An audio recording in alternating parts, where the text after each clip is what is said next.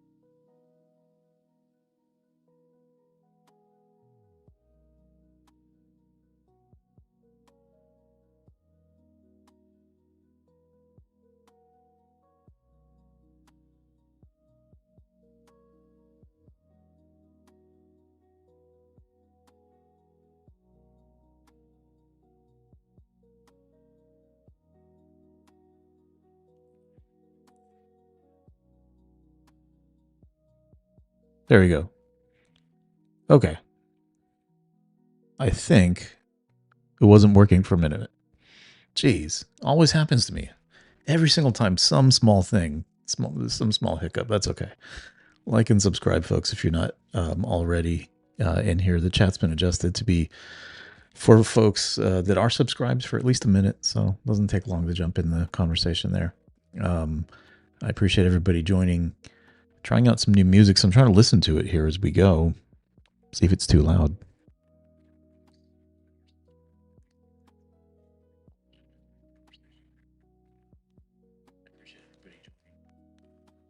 Yeah, just still listening to the music, trying to get it right.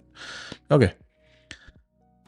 So it's been a pretty crazy set of days. Again, I just, if you want to check out the notes, I'm going to go through here. Politicalcow.com. It's the top link on there. It's my stream notes. Just not too fancy, just a list of things that I quickly gathered together to kind of walk through with everybody. A few different topics floating around here. Of course, more reflections on Charlie Kirk. The Hire Act, I think, is something that people need to know about, and I think really support. Doesn't matter what side of the aisle you're on. This is something that I think is to the benefit of everybody, honestly. Everybody should want this Hire Act to pass through. There is no reason that, as somebody in the U.S., you would not want this to go through.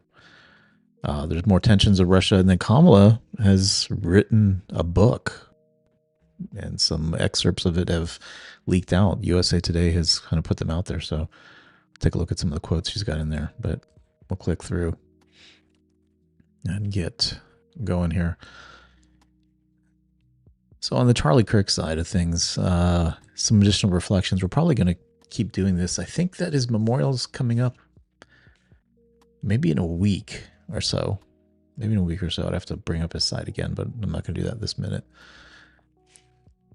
So that'll be a pretty big event for everybody. But what's happening in response to it, there's a continuous back and forth where somebody says something negative of him. Some folks say it's free speech. In this instance, at Oxford University, the debate president, where there are clips of, clips of Charlie Kirk going there and debating them live and going back and forth and engaging in like some real dialogue with them. The debate president there made some remarks that, what happened, the assassination, was a positive thing. And so now he's being asked to resign. He's being put under pressure. And of course, it's like president of the debate club, like, okay, big deal. But it didn't stop people like this. The reason I highlighted this, like, read the title here. The Oxford free speech battle over Charlie Kirk. Don't ruin a student's life over a tasteless comment. So somebody actually took time to write an op-ed or whatever this is in support of that student, even though he did write something tasteless. What I haven't seen is anybody saying like, hey, kid, you just need to own that and acknowledge that you said something tasteless, and then we can all just try to move on with our life. No one's going to try to hang this over you for the rest of your life. It was tasteless.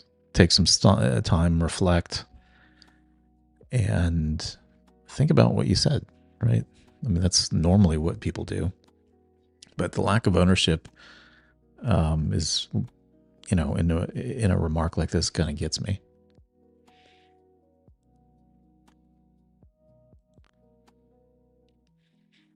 And then, of course, on Fox News, I don't know if anybody's watched this program. I would catch it on occasion on the weekends, a show called Media Buzz.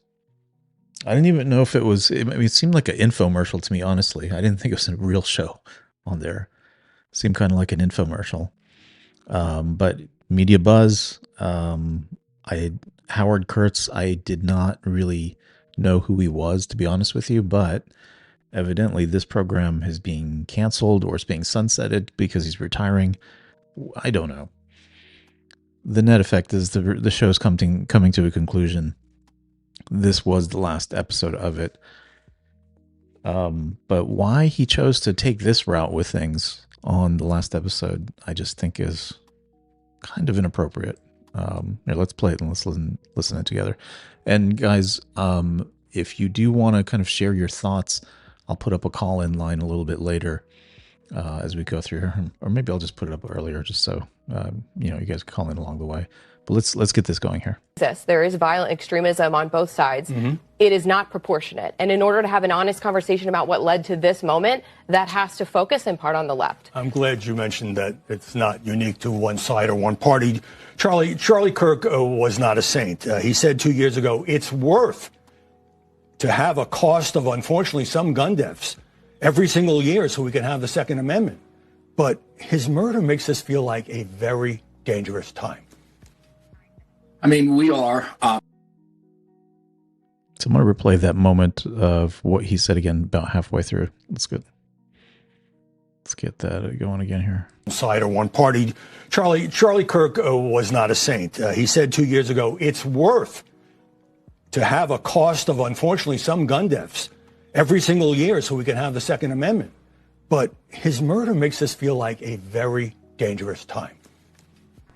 I mean, we are. So a lot of people are, saying that he kind of took a shot at him. The comment, he didn't exactly take it out of context. He's presenting it here, the remark for debate between the people that are on the show. But the point that really is being looked at is him taking a shot at him, is saying like Charlie was not a saint. And what that has to do exactly with that quote or with anything about him right now is, I don't know, it's odd. It's a really strange remark to make kind of out of nowhere. He wasn't a saint. And it's like, what does that have to do with anything? So that's, people are up in arms, but the show's canceled or has sunset, come to a conclusion anyway. He's retiring. You won't see him again. So nothing to cancel there, I guess. But it didn't end there. A lot of folks were posting really bizarre social media threads and videos and stuff.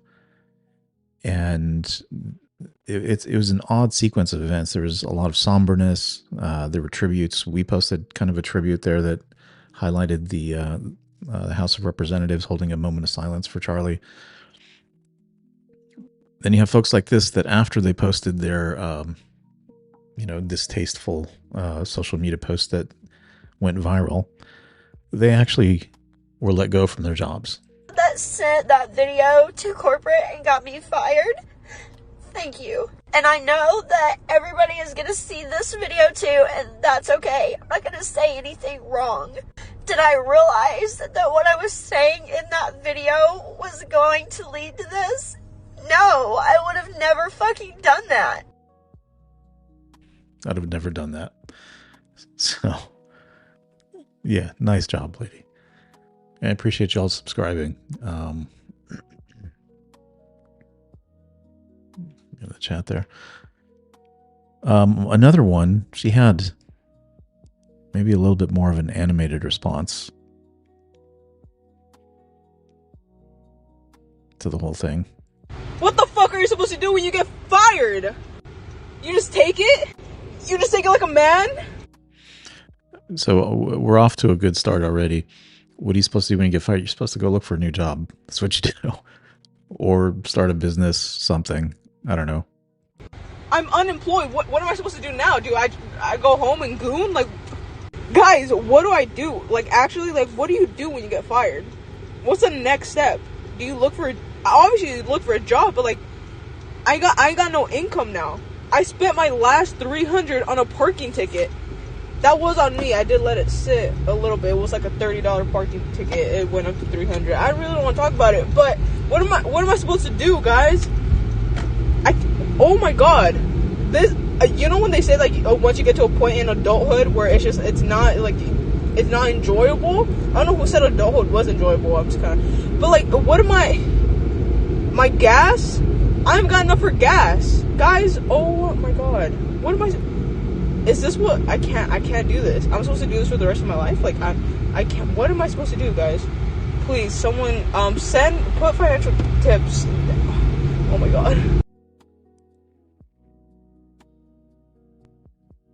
So I'm just giving you guys a few of them here. There are, dozens that are out there of people having this impact them. And you have to realize too, or these individuals and other folks that think it's a bad thing that they were fired. People are generally speaking, no matter what the size of a company is, you're kind of like a public representation of that organization. So if you're wearing that company shirt or she's got a lanyard on, I can't read what it has on there. But if people associate you with that company and they see you speaking and saying certain things that are controversial, they don't want to get their brand mixed up in that. So they want to take some quick action. Um, that's just how it is. Otherwise, do it differently. Maybe not be so abhorrent in the remarks and just kind of express it like, a little more subtly or mellow, or I don't know what. But clearly, though, their remarks were just absolutely inappropriate. But the one thing that got me, though, this last one here, this free speech fallout, as they're terming it, a war of words, free speech fallout, Charlie Kirk's death, in the wake of the assassination, reports are surfacing of teachers fired over social media comments and parents trespassed from schools. Want some accountability? Others are calling for more. So listen to this teacher's remarks and, think about, if this is how adamant they are about their viewpoints, are they really enabling kids to kind of form their own ideas and opinions, or are they kind of, boxing them in and just making them robots almost? I don't know if I'm going to be keeping this account. There are some things in my area starting to happen that are freaking me out.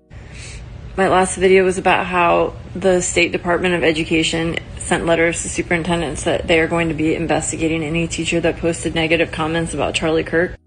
I already know 2 things that have come out of that.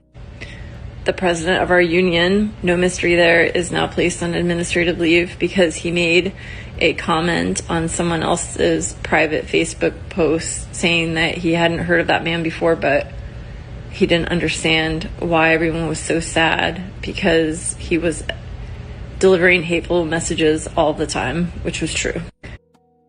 And so you hear that even in this moment of self-reflection, although for her, I don't know if it's self-reflection, honestly, or any of them, but even in this moment where they get called out or they have a bit of fear, they're continuing to hold on to that, that negative thought process. Like, well, I can't believe that this has happened to me, but I'm only telling the truth.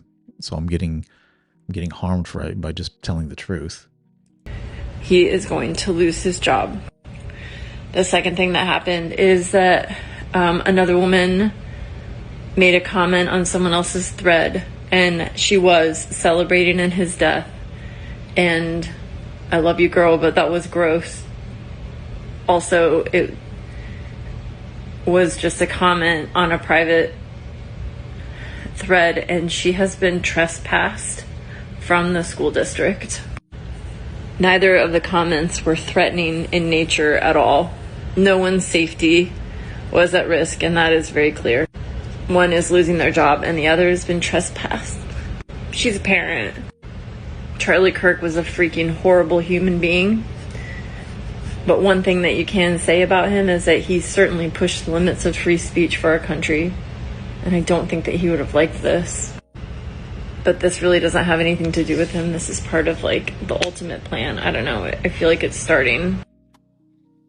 So it's so unusual that she brings Charlie Kirk into it. I don't think he would have liked this, when clearly she does not know much about him. She may not have even watched his, his campus visits or any of his videos to really understand that out of all of the conservative, influencers or big names that are out there, and I'm talking about Ben Shapiro, Crowder, you go down the list, out of all of them, Charlie Kirk was the most mellow. He was the most engaging. He listened. He wanted to have a dialogue. This was not the hothead, right? This was the voice of reason. That was Charlie Kirk. And he wanted to understand things, and he wanted to kind of hear what people's perspectives were. And of course, there were moments that, you can have fun, and he teased people and stuff, but it's a completely different scenario. So clearly she has no idea what she's talking about. And this is a problem, I think, that people don't actually watch things on the other side. So I watch Rachel Maddow's show, believe it or not. It's difficult sometimes, but I don't do it all the time. But I'm just curious, what is she up to? What is she saying? How is she characterizing things? Is she talking about stuff that I don't hear about? I don't know. And of course, I think this is The Rock's daughter. This one got a lot of attention, where she said, if you want, well, actually, she kind of reposted this to say, be kind more now than ever. And the original comment is, if you want people to have kind words when you pass, you should say kind words when you're alive. And of course, the irony of that is everybody that's, kind of dancing on the grave right now and then making these remarks. And what's going to happen? What's going to happen when, later on in life, it's, your number's up? What's the expectation there? So they're not really kind of following through on things. It's just all talk from their perspective. But the social media is now full of stuff like this, where people of any given level of influence are starting to post things that are negative. People that have lost their jobs now are posting things. I don't know if they're hoping for people to come out and help them, but it's a wide variety of responses that are happening. Here, let me put the Go Live banner up here. Oh, wow. Why isn't that green screened? That's strange.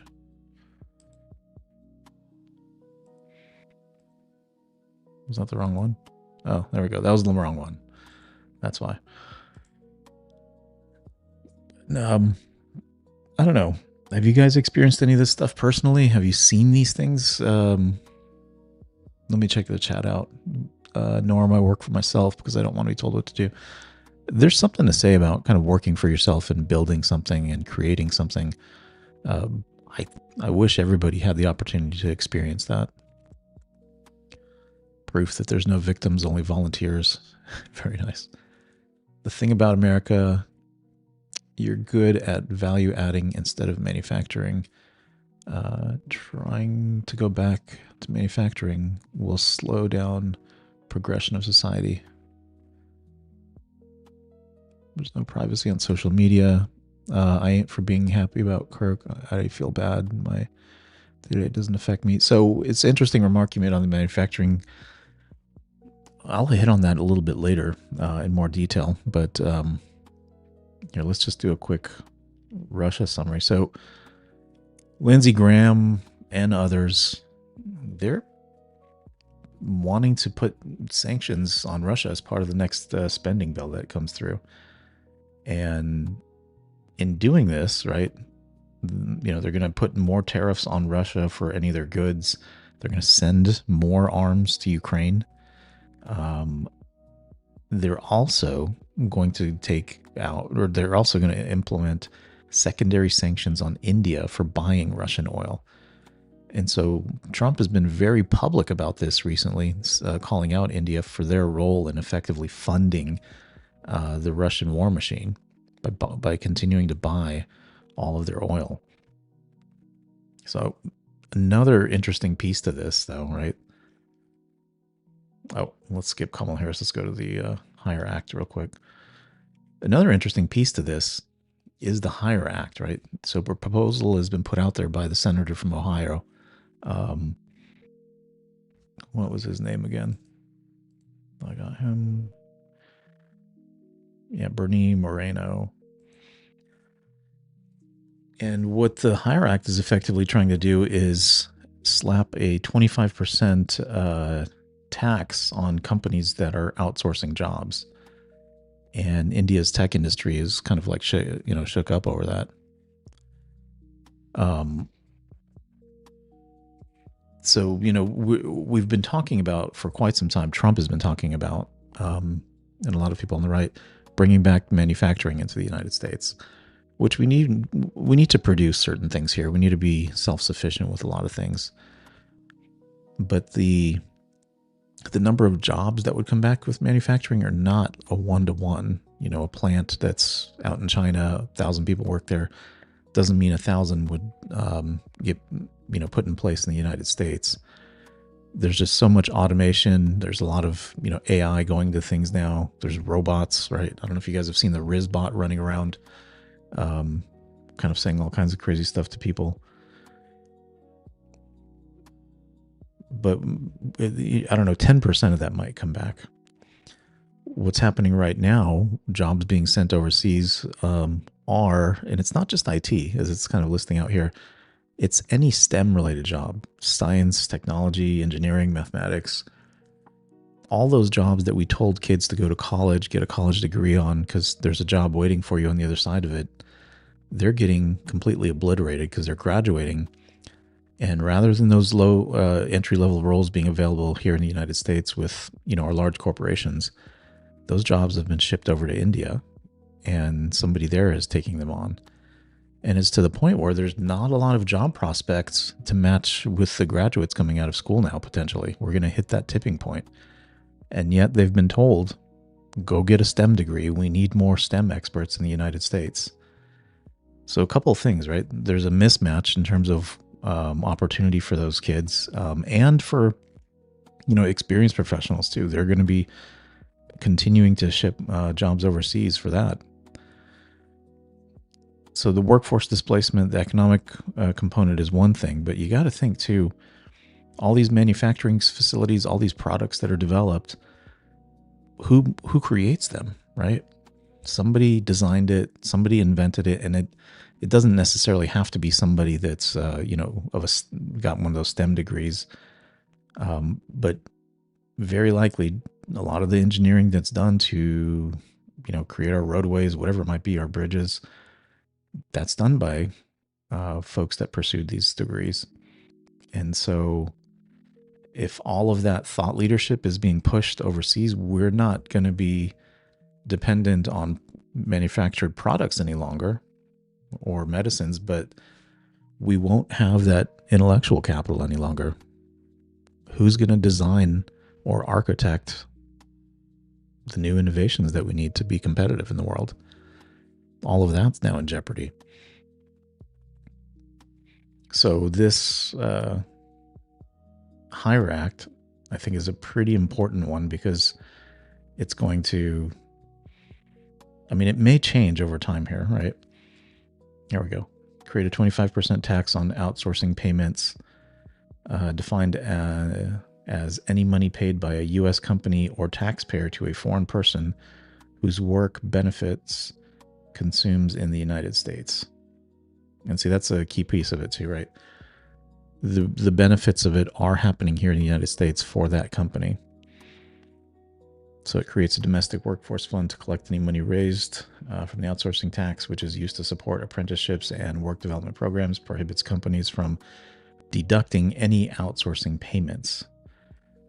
So no deductions and slap a tax on there. This is effectively going to turn that whole industry upside down. And so remember earlier we were talking about India being called out for buying oil from Russia and effectively funding that war.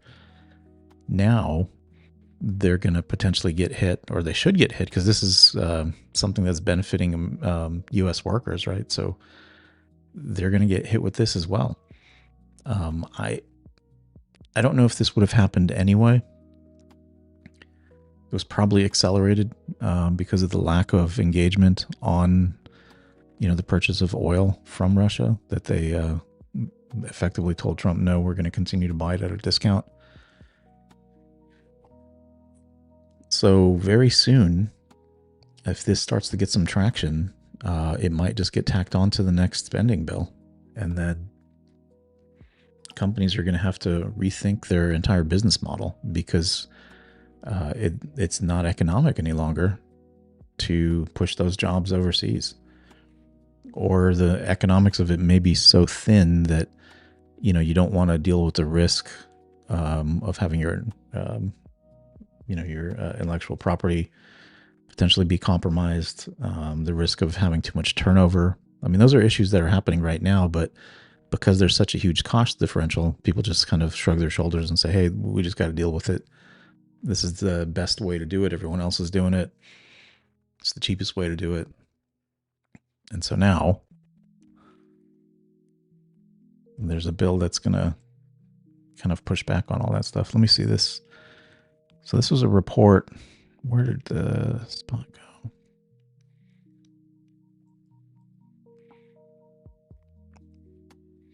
All right. So this is kind of one of those consultancies that help people kind of do the outsourcing, right? And I just thought they made some like interesting remarks or data points, right? So wage differentials remain strong driver. An experienced software engineer in Bangalore may earn 50 to 70% less than a New York or San Francisco peer. India produces over 1.5 million engineering graduates annually, plus a growing number of MBAs and data science professionals. So look at this, MBAs and data science professionals. The leadership. I mean, at this rate, does a company just have a board of directors and a CEO and everything else is run somewhere else? This truly is, to me, like a drive to zero. I don't see a lot of value in it for the United States long term. All right, so what does this mean for the U.S. workforce? Of course, job displacement, wage compression. Part of the lack of real wage growth that's happened over the past 20 years is because of outsourcing.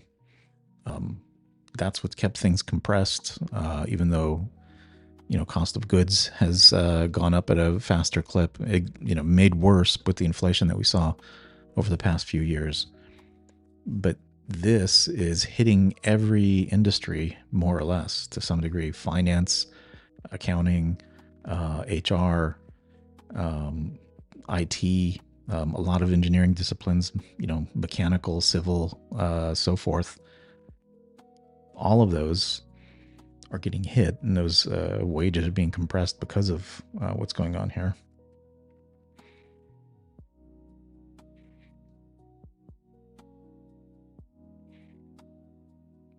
So here's another, what this means for the U.S. workforce, right?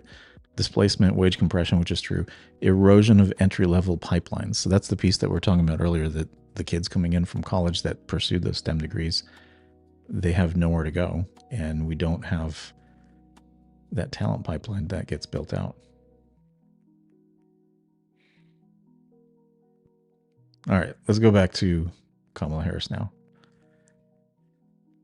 So she said a few interesting things, I thought, on in her book, not released yet, but USA Today got a few excerpts on it. I won't read through the whole text here. I'll just go through a couple of the comments.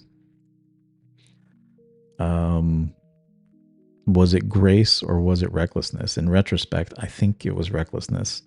The stakes were simply too high. This wasn't a choice that should have been left to an individual's ego and individual's ambition. So she's really coming down hard on the decision made by Biden to stay in, right? I was in the worst position to make a case that he should drop out. He would see it as naked ambition, perhaps as disloyalty, even if my message was, don't let the other guy win. So she's taking a lot of heat from folks. How could you have not known that he wasn't, up for the job? And she's kind of saying, I was put in a bad spot because if I addressed it, it was clearly going to seem like I was power hungry myself. But honestly, that's what you're there for, is the number two in charge, right? But this part is what gets me, right? She said she had to continuously prove her loyalty to Biden's staffers. Biden's staff was fueling negative narratives about her, including high staff turnover as her role and her role as border czar. So they were actually putting that stuff out there, not, it wasn't coming from other sources. And then she said, even when she succeeded, like some messaging that she had on abortion rights, messaging again, why they measure their success on messaging? I have no idea. Messaging does not seem like something to hang your hat on, honestly.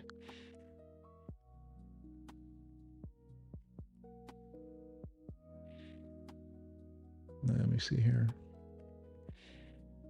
One sec, guys. One sec.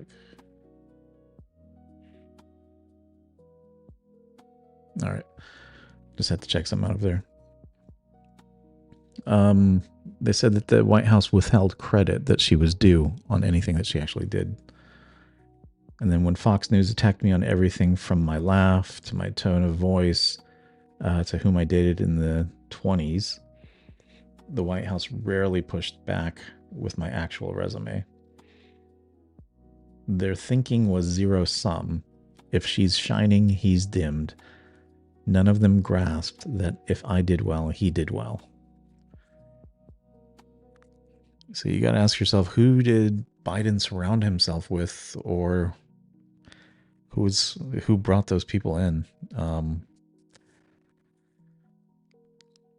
I think there'll be more in the book that comes out, but the finger pointing continues.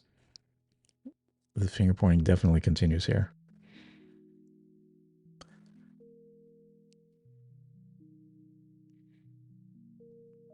All right, so give me a call, guys, if you got any thoughts on the Charlie Kirk stuff. Do you want to talk about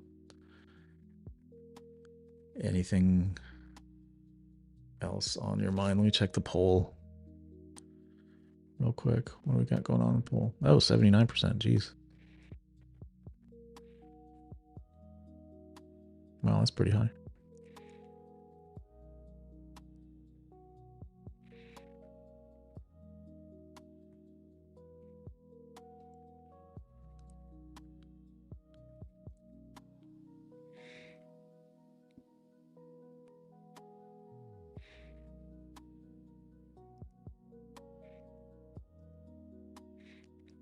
All right. Let me see if I've got anything captured from the week. Since those were the things that I was looking at on my agenda. What did I have that I left off last week with?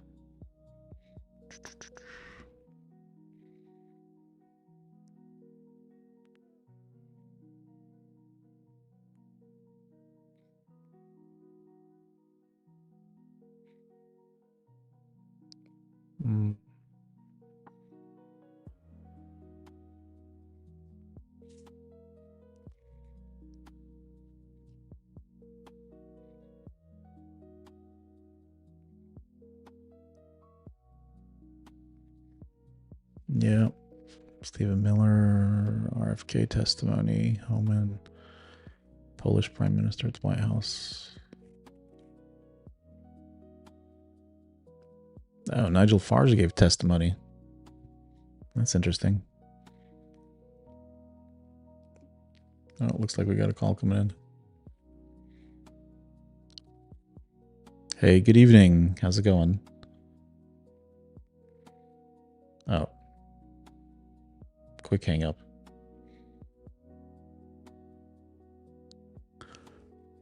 Let's get Nigel Farage up here.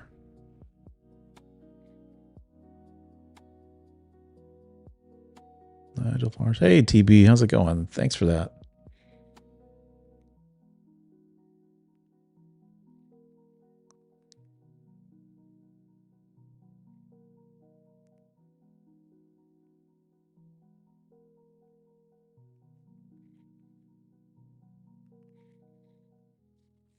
I appreciate you, TB. Thanks for that.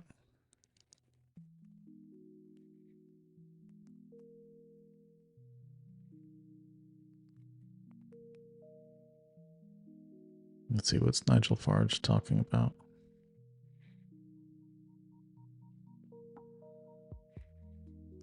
Let's see if I can pull it out over here.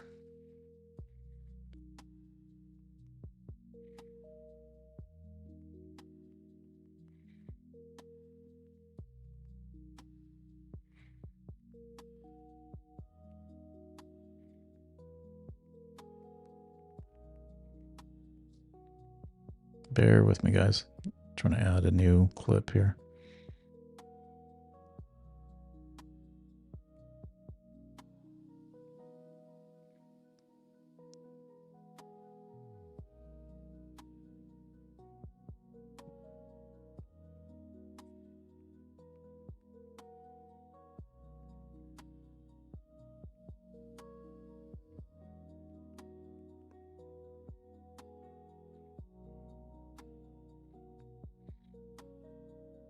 All right.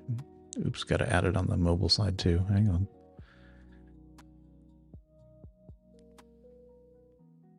that work or not?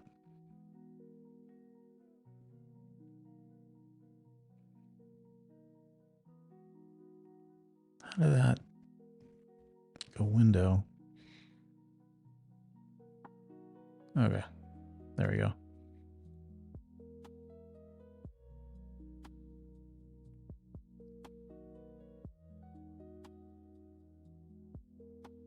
American company about an American election, and he says the context for the letter, the reason for the letter, are events that are happening in the UK, a non-European Union country.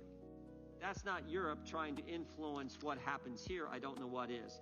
He goes on throughout the letter and says this: measures need to be taken to combat disinformation. He said this to Mr. Musk.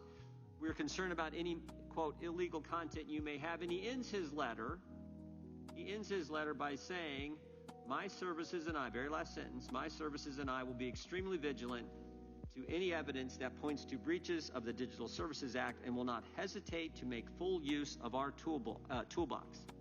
So he ends the letter with a threat.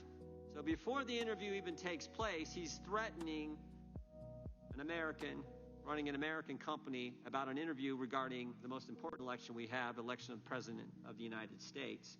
And again, saying the reason for doing so are events that are happening in a non-European Union country, the UK. Comments about events happening in the UK. Concerned about this, quote, spillover effect. That is why we're having today's hearing. That's why we went to Europe last month, or actually in July, to study this issue. Now, here's what's interesting. Mr. Breton, after he sends this letter, this committee sent him 2 letters, and then he suddenly resigns. We asked him to come today, but he refused to come. We asked him to send written testimony. He refused to do that. We asked him to appear. He just wouldn't come. I think it's important to remember what the House Judiciary Committee did last Congress. All right, I'm going to zip through, see if we get Nigel's comments directly. His opening remarks. Because free speech, I wasn't able to catch this live when it was going on, but free speech is in a really odd state of existence, I guess, in the UK right now. All right, finally, Raskin's saying a few words. Oh boy, he's probably saying some ridiculous stuff.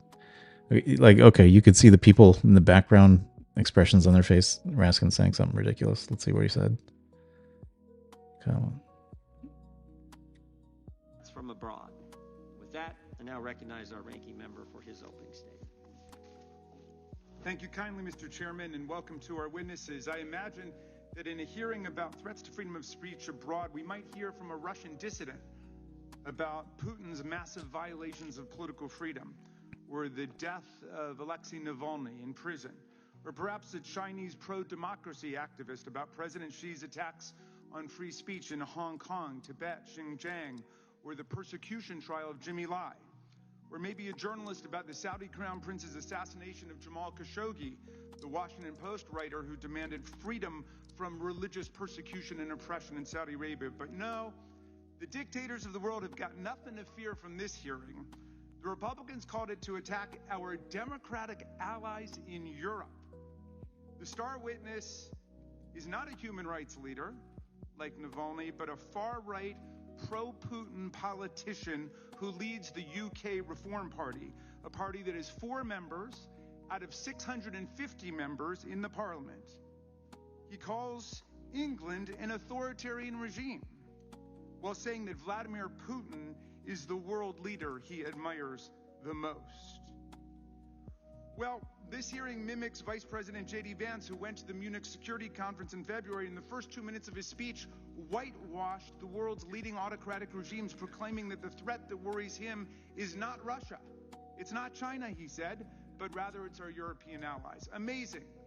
Republicans are promoting far-right parties in Europe, like Alternative for Deutschland, Reform UK, and Rassemblement National Français, and ignoring massive repression in Russia, China, Pakistan, Saudi Arabia, and among all the autocrats of the world. Republicans are vilifying European liberal democracies simply for engaging in the kind of line-drawing exercises that we Americans engage in under our First Amendment with respect to the epidemic of child pornography, protecting children from other harmful content, defamatory speech, online scams and false advertising, and speech inciting riots and imminent lawless action.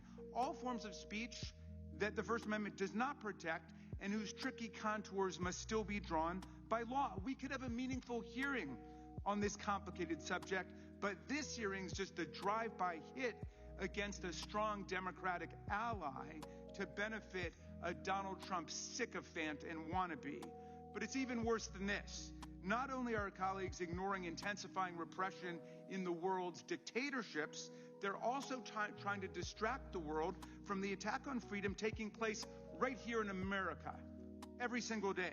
Americans aren't worried about the EU or the Online Safety Act in the UK. We're not worried about white nationalists not having enough license to incite lynch mobs to set immigrants on fire in their bedrooms. Americans are worried that Donald Trump is working to rewrite and whitewash American history in our museums, our textbooks, and our national parks, to destroy PBS, NPR, and public broadcasting, to ban books in our libraries, and to censor any news stories critical of him by installing political henchmen in private broadcast rooms. Americans know that academic freedom is in danger when the administration cancels and withholds billions of dollars in scientific and medical research funding from American universities, even for urgent life-saving studies about breast cancer or heart attacks, as a way to force schools to impose government orthodoxy on curriculum, hiring,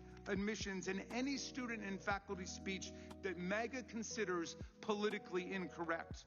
Americans see Trump trying to harass, intimidate, control, and shut down the press, like ABC, CBS, NBC, NPR, and PBS. The Republican-controlled FCC essentially blackmailed media companies Skydance and Paramount into agreeing to install a spy, a monitor, a minder, I think the Brits might say, to police CBS news programs to make sure that they are being sufficiently Trumpy in giving us the news in order to get approval of a merger from FCC. Meanwhile, Trump sued 60 Minutes and CBS personally for $20 billion for the frivolous cause of action that he thought an interview with Kamala Harris was edited too favorably. And Hey, good evening. How's it going? 16 million.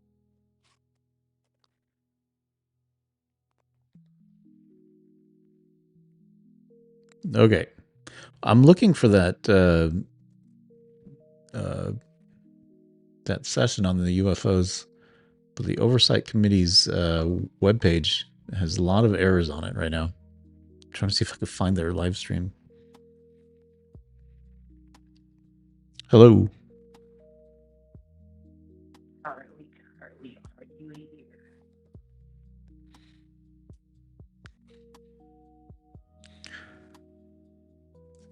Let's keep going with Raskin. I'm going to see if I can pull up that that UFO one.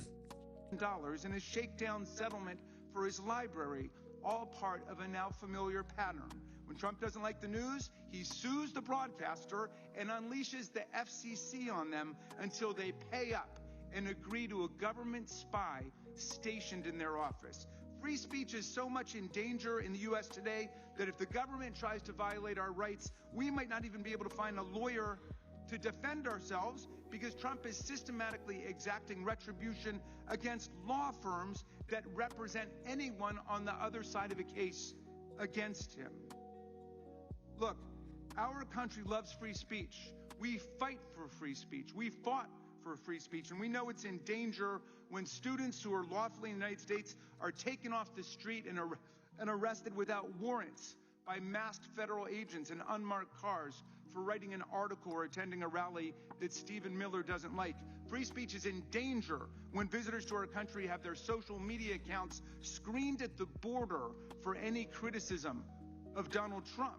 Free speech is in danger when To Kill a Mockingbird, The Handmaid's Tale, 1984, and The Kite Runner are banned from our schools and libraries across the country, and even families defending our freedom abroad have to fight for their kids' right to read freely in public schools run by the Department of Defense. Freedom's in danger when the administration tramples the civil service rights of hundreds of thousands of nonpartisan expert civil servants.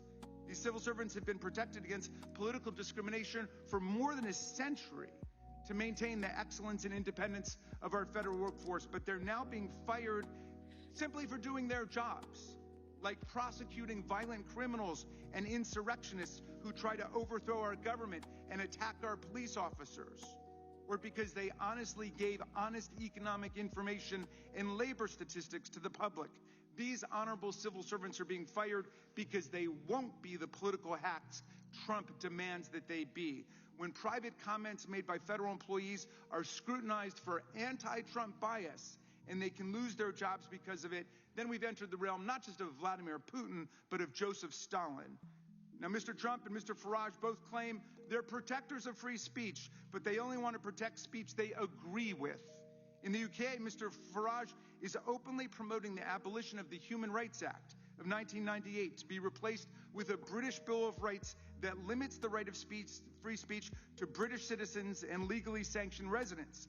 He complains that racist threats against immigrants are not protected free speech, while he proposes to strip migrants, tourists, and perhaps even visiting American congresspeople of any free speech rights at all. I had my own close encounter with that when Mr. Farage and his team presented for more than an hour in a conversation we had about free speech. And after 3 minutes of talking, he cut me off and terminated the meeting because he didn't like what I was saying. That's the kind of free speech he's committed to. There is a free speech crisis in America today, but there's no free speech crisis in Britain. UK Prime Minister Keir Starmer has not shut down GB News, where Mr. Now, there's a clip of Trump being asked a question when he was out there with Starmer, and they asked him about the importance of free speech, and he looks over at Starmer, and he's like, are you kind of implying, like, are you asking me, or maybe you should be asking him? And Starmer starts squirming and everything. So it's a little funny that he says there's not a free speech problem in the UK right now, when you see plenty of videos of people getting picked up because a social media post that they didn't post themselves, but they reposted it, has caused someone anxiety, and now the police are at your doorstep. Farage has his own show just because Mr. Farage has used his airtime to call for banning peaceful protests that he disagrees with. No one has stopped him from going on Russian TV 17 times and saying also and repeating that the one world political leader he most admired was Vladimir Putin, even though Vladimir Putin is a war criminal and a dictator who has regularly interfered in other countries' democratic elections. No one has stopped Mr. Farage from parroting Putin's absurd talking points, like when Farage claimed that NATO, the US, and Britain provoked this war in Ukraine. For a man who fashions himself as some kind of a free speech martyr, Mr. Farage seems most at home with the autocrats and dictators of the world who are crushing freedom on earth. Mr. Farage wants to get rid of the Online Safety Act in his country, a law shepherded by the Conservative Party and implemented by the Labour Party, which bans child pornography online, protects children from harmful content, forbids non-consensual pornography and other unlawful content. He should go and advance the positions he's taking here in Congress today in Parliament, which is meeting today, if he's serious about it. To the people of UK who think this Putin-loving free speech imposter and Trump sycophant will protect freedom in your country, come on over to America and see what Trump and MAGA are doing to destroy our freedom, kidnap college students off the street, ban books from our libraries, militarize our police and unleash them against our communities, take over our universities, wreck our professional civil service, and turn the government into a money-making machine for Trump and his family. You might think twice before you let Mr. Farage make Britain great again. I yield back. The gentleman yields back. I would just point out that the encounter that the ranking member had with Mr. Farage was a little different at my recollection than how it was described. And I would also point out that the gentleman alleges there's no free speech in America under President Trump, while his staff member is holding up countless number of articles criticizing the Trump administration. I think that's a little bit of a, well... I do like the sentiment, fake account. Very nice sentiment. So, we now will introduce today's witnesses. We will start with the Right Honourable Nigel Farage. Mr. Farage is a member of Parliament from Clacton and the leader of the Reform UK Party. He's also a television... We're going to leave this to take you outside the U.S. Capitol now, where survivors of convicted sex... Online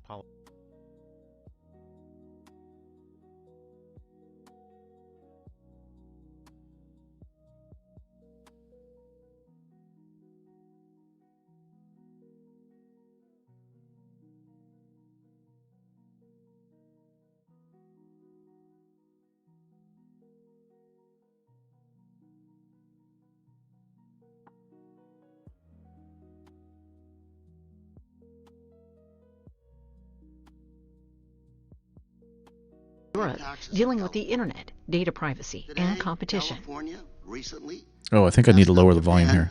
to become the 4th largest economy in the world.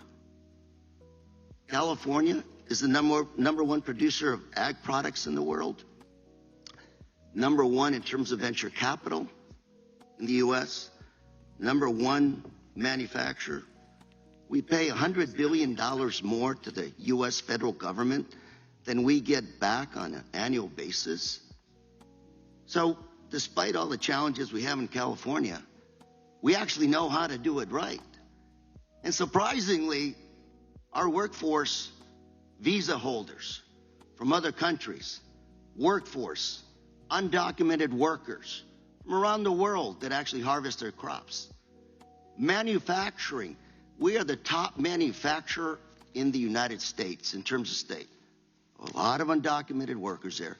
So California, we actually can manage pretty well.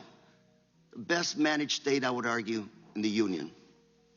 So Mr. Reed, I'm going to ask you, given your association with these small firms, how is the DMA affecting our California firms as they try to grow in the European Union?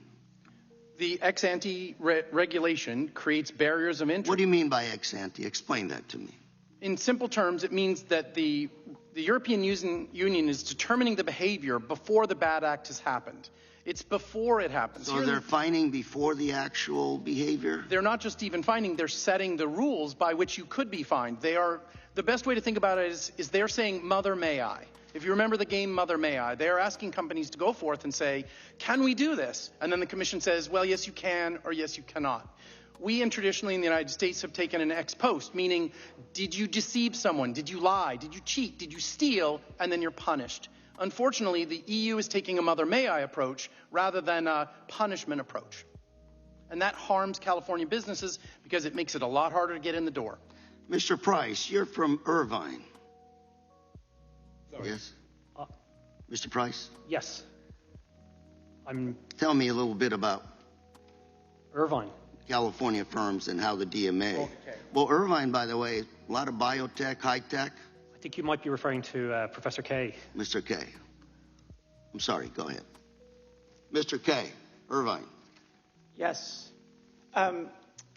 Yes, I teach at the University of California at Irvine. I actually wanted to respond to two of the points that you're making, in part because... You got about 20 seconds. Go. Thank you. In part because this hearing is entitled as one dealing with censorship, and we're spending quite a bit of time talking about defending companies. And two things I just wanted to mention. One is the DMA doesn't specifically discriminate against American any more than it does against California companies. And the second is that I think it's important to think about the Mr. Price, what would you say to that? In relation to discrimination, yeah.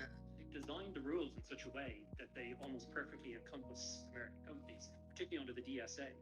So if you're setting the rules and they just happen to throw a net over a particular target group, I think you can legitimately infer from that was the intention. The intention was discrimination?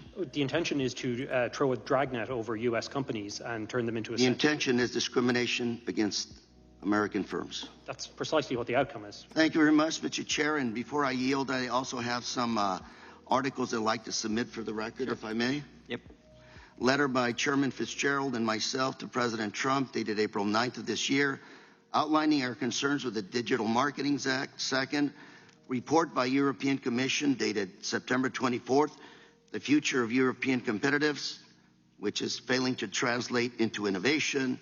Third article, statement by the Chamber of Progress dated February 10th, how Digital Markets Act has become European. So I'm going to zip through a little bit and see if we could find when Nigel Farage is going to give some commentary, or they're going to get on the topic of the state of free speech a little bit more. Let's see what happens. Oh, maybe here. Let's see. Having expressed her faith with respect to issues involving marriage in the context of a Bible verse, correct? That's correct, sir. And so now we've got, as the chairman illuminated a moment ago, we've got this issue involving Graham Linehan, who here in the United States made a joke and then is arrested in the UK, correct? Yes, he's being arrested, or he was arrested for comments that he posted while here. And that's correct, Mr. Farage? You agree? It is. And that joke had something to do with, as I've looked it up, trans-identified males in female-only space, and he made some joke about that issue. That's exactly right. And so we've got now someone being arrested for alleged transphobia or some sort of hate comment involving a joke on another continent. Now, in the meantime, we've had Mr. Farage talking about Lucy Connolly, right? And her fate, which I understand she got sentenced something like 31 or 32 months for having put out a social media post. Now, that social media post has been alleged to have tied to some incitement. She deleted the post, but the post was in response to violence, right? And on the heels of a whole lot of issues involving crime in the UK. Whatever the connection is, right, we're saying there is crime in the UK. Now, here's my question, Mr. Farage. How do you feel from the standpoint of borders in the UK? Are open borders healthy for either the United States or the UK? No, they're disastrous. And are they having a deleterious effect with respect to crime and culture in the UK? Yes, they are. It's been a debate that's been very difficult to have without being screamed at, but we are now having that debate. And so now we've got a moment here where we've got someone being put in jail for putting out something on social media that is allegedly transphobic. And so my question is, I wonder what's going to win out. What's going to win out when the questions of Islamophobia and the tenets of Islam mash up against transphobia? What will the determiners of truth in the UK government decide? What will those who make decisions about what we can say and what we cannot say do when these worlds collide? Would you have any comment on that, Mr. Farage? In the Lucy Connolly case, it's very interesting that this horrific murder of 3 young girls happened. The country was in very deep shock, very deep shock. The government deliberately withheld the truth about who the perpetrator was. And it led to a sea of speculation. It turned out ultimately that the man that committed those murders was in fact UK born, had not come over on a boat, as was being said on social media. Just goes to show that actually, however bad the news is, people deserve to know the truth about a situation. It stops that frenzy of speculation. Who's going to win these great battles? I think that there is a growing, silent majority, certainly in my country, who object to the two-tier concept that, you know, Lucy Connolly gets 31. And by the way, there were mitigating circumstances for what she said with her own personal situation, but she's arrested very quickly. She's threatened that if she pleads not guilty, she'll go straight to prison and be on remand until the trial, and goodness knows when. We're not defending what she said, but she recognised her error, you know, in a moment of anger and passion and upset, and she withdrew it 3.5 hours later. I think that the answer, Mr. Roy, is that the silent majority will win. The silent majority will win. Good will triumph over bad, and common sense will be returned. It won't happen quickly. It won't happen quickly. As I've already outlined, there is coming down the tracks an Islamophobia law, which would divide speech even more widely than it is now. But in the end, common sense, decency will win. Is Sharia law consistent with Western values? No. Thank you. I yield back. Gentleman yields back. The gentleman from Florida is recognized. Thank you, Mr. Chairman. Mr. Farage, thanks for being here, coming across the pond. I'm sorry to hear you're leaving the hearing early. Well, it's not a question of leaving the hearing early, but I do have other things to do. Yeah. Oh, where are you going? I'm so sorry about that. It's okay. Where are you going? It's not lunch, I promise you. It's not lunch. You're not going to have lunch. I don't think so, no. No lunch. Sad, isn't You're it? meeting with the president? I can't remember what the schedule is. It's possible. You can't remember if you're meeting with the president. I'm being very polite, and I'm not going to tell you what I'm doing this afternoon, but I can assure you that... But there's the free speech hearing. You're not going to tell me what you're doing this afternoon? Free speech is one thing. Discretion's quite another, too. Okay. All right, so you're leaving to have lunch with the president. So... I mean, he's totally outmatched this kid on free speech is one thing, discretion's another. I need to write that down. So, Mr. Farage, I have a question. Have you heard about the Epstein thing that's going on here? I have. You have? What do you think about it? I'm not going to give comment on anything happening in America. I'm here as a witness. Perfect. I'm here as Okay, looking at the chat, Farage is a backstabbing traitor, saying one thing but meaning another.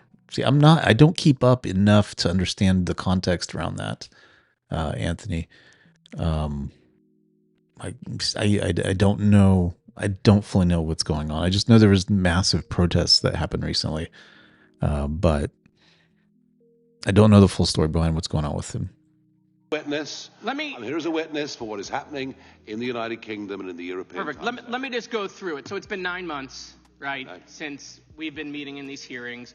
We've not had Pam Bondi here, even though we have jurisdiction over the Department of Justice. Not Dan Bundy. The gentleman yield. Not Kash Patel. I will 100%. We'll go back and forth. Let me just do my thing. Okay. And Well, I'm just going to correct.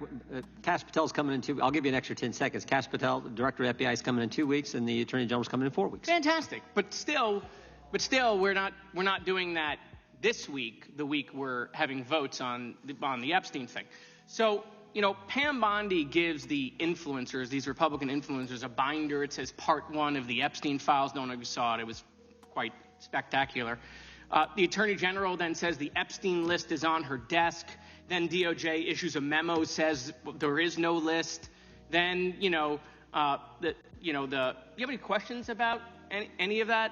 We've had no hearings on any of that at all. That, the list is on my desk, then there is no list. Then we gave binders to Republican influencers. This committee's had no questions on any of how that transpired at the Department of Justice. Then hold on.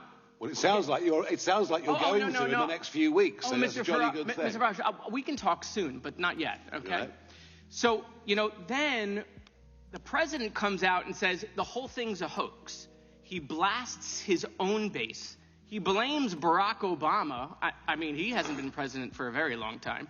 Republicans then in committee vote against the release in the Rules Committee. Then Republicans refuse to go back in the Rules Committee because they're getting blasted for their vote, getting crushed by their own base. Congress leaves a day early. Then the administration sends the Deputy Attorney General to meet with Maxwell in jail. On that list, if there really was a list, Democrats, having had control of the government, would have pulled it out and made it public so that Trump would not have won the election. That would have been a Trump card. But they didn't use it. Are they saving it? Or, I guess more logically, just there is not really one that exists. To be Trump's former personal attorney. She says something favorable about the president. Miraculously, she gets transferred to a minimum security prison. The president starts talking about how he has the right to pardon her if he wanted to. The leaks to the Wall Street Journal then stop. Yeah, Mike, it's a good point. This grandstanding is for their social media and for their fundraising. So they can get these clips, put them in their ads, and so forth. Unrelated to the topic at times, right? But this is how they roll.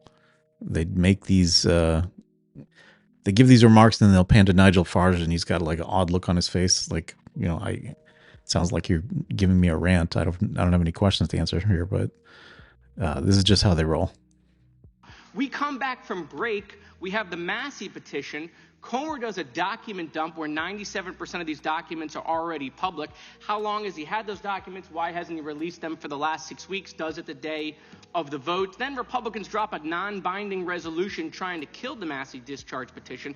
The White House said passing the Massey discharge petition is a hostile act. Wow. That's a lot of distraction and deflection and misinformation. Wait, passing a discharge petition to release the Epstein files, the White House said would be a hostile act. Nope, we have no questions about that. But why? Why is it that we're spending so much political capital to keep this list from coming out? You think the list should come out? You think we should know the people who dealt with Mr. Epstein, Mr. Farage? I thought I was coming to a hearing on free speech, not process. Oh, but listen, here's the good...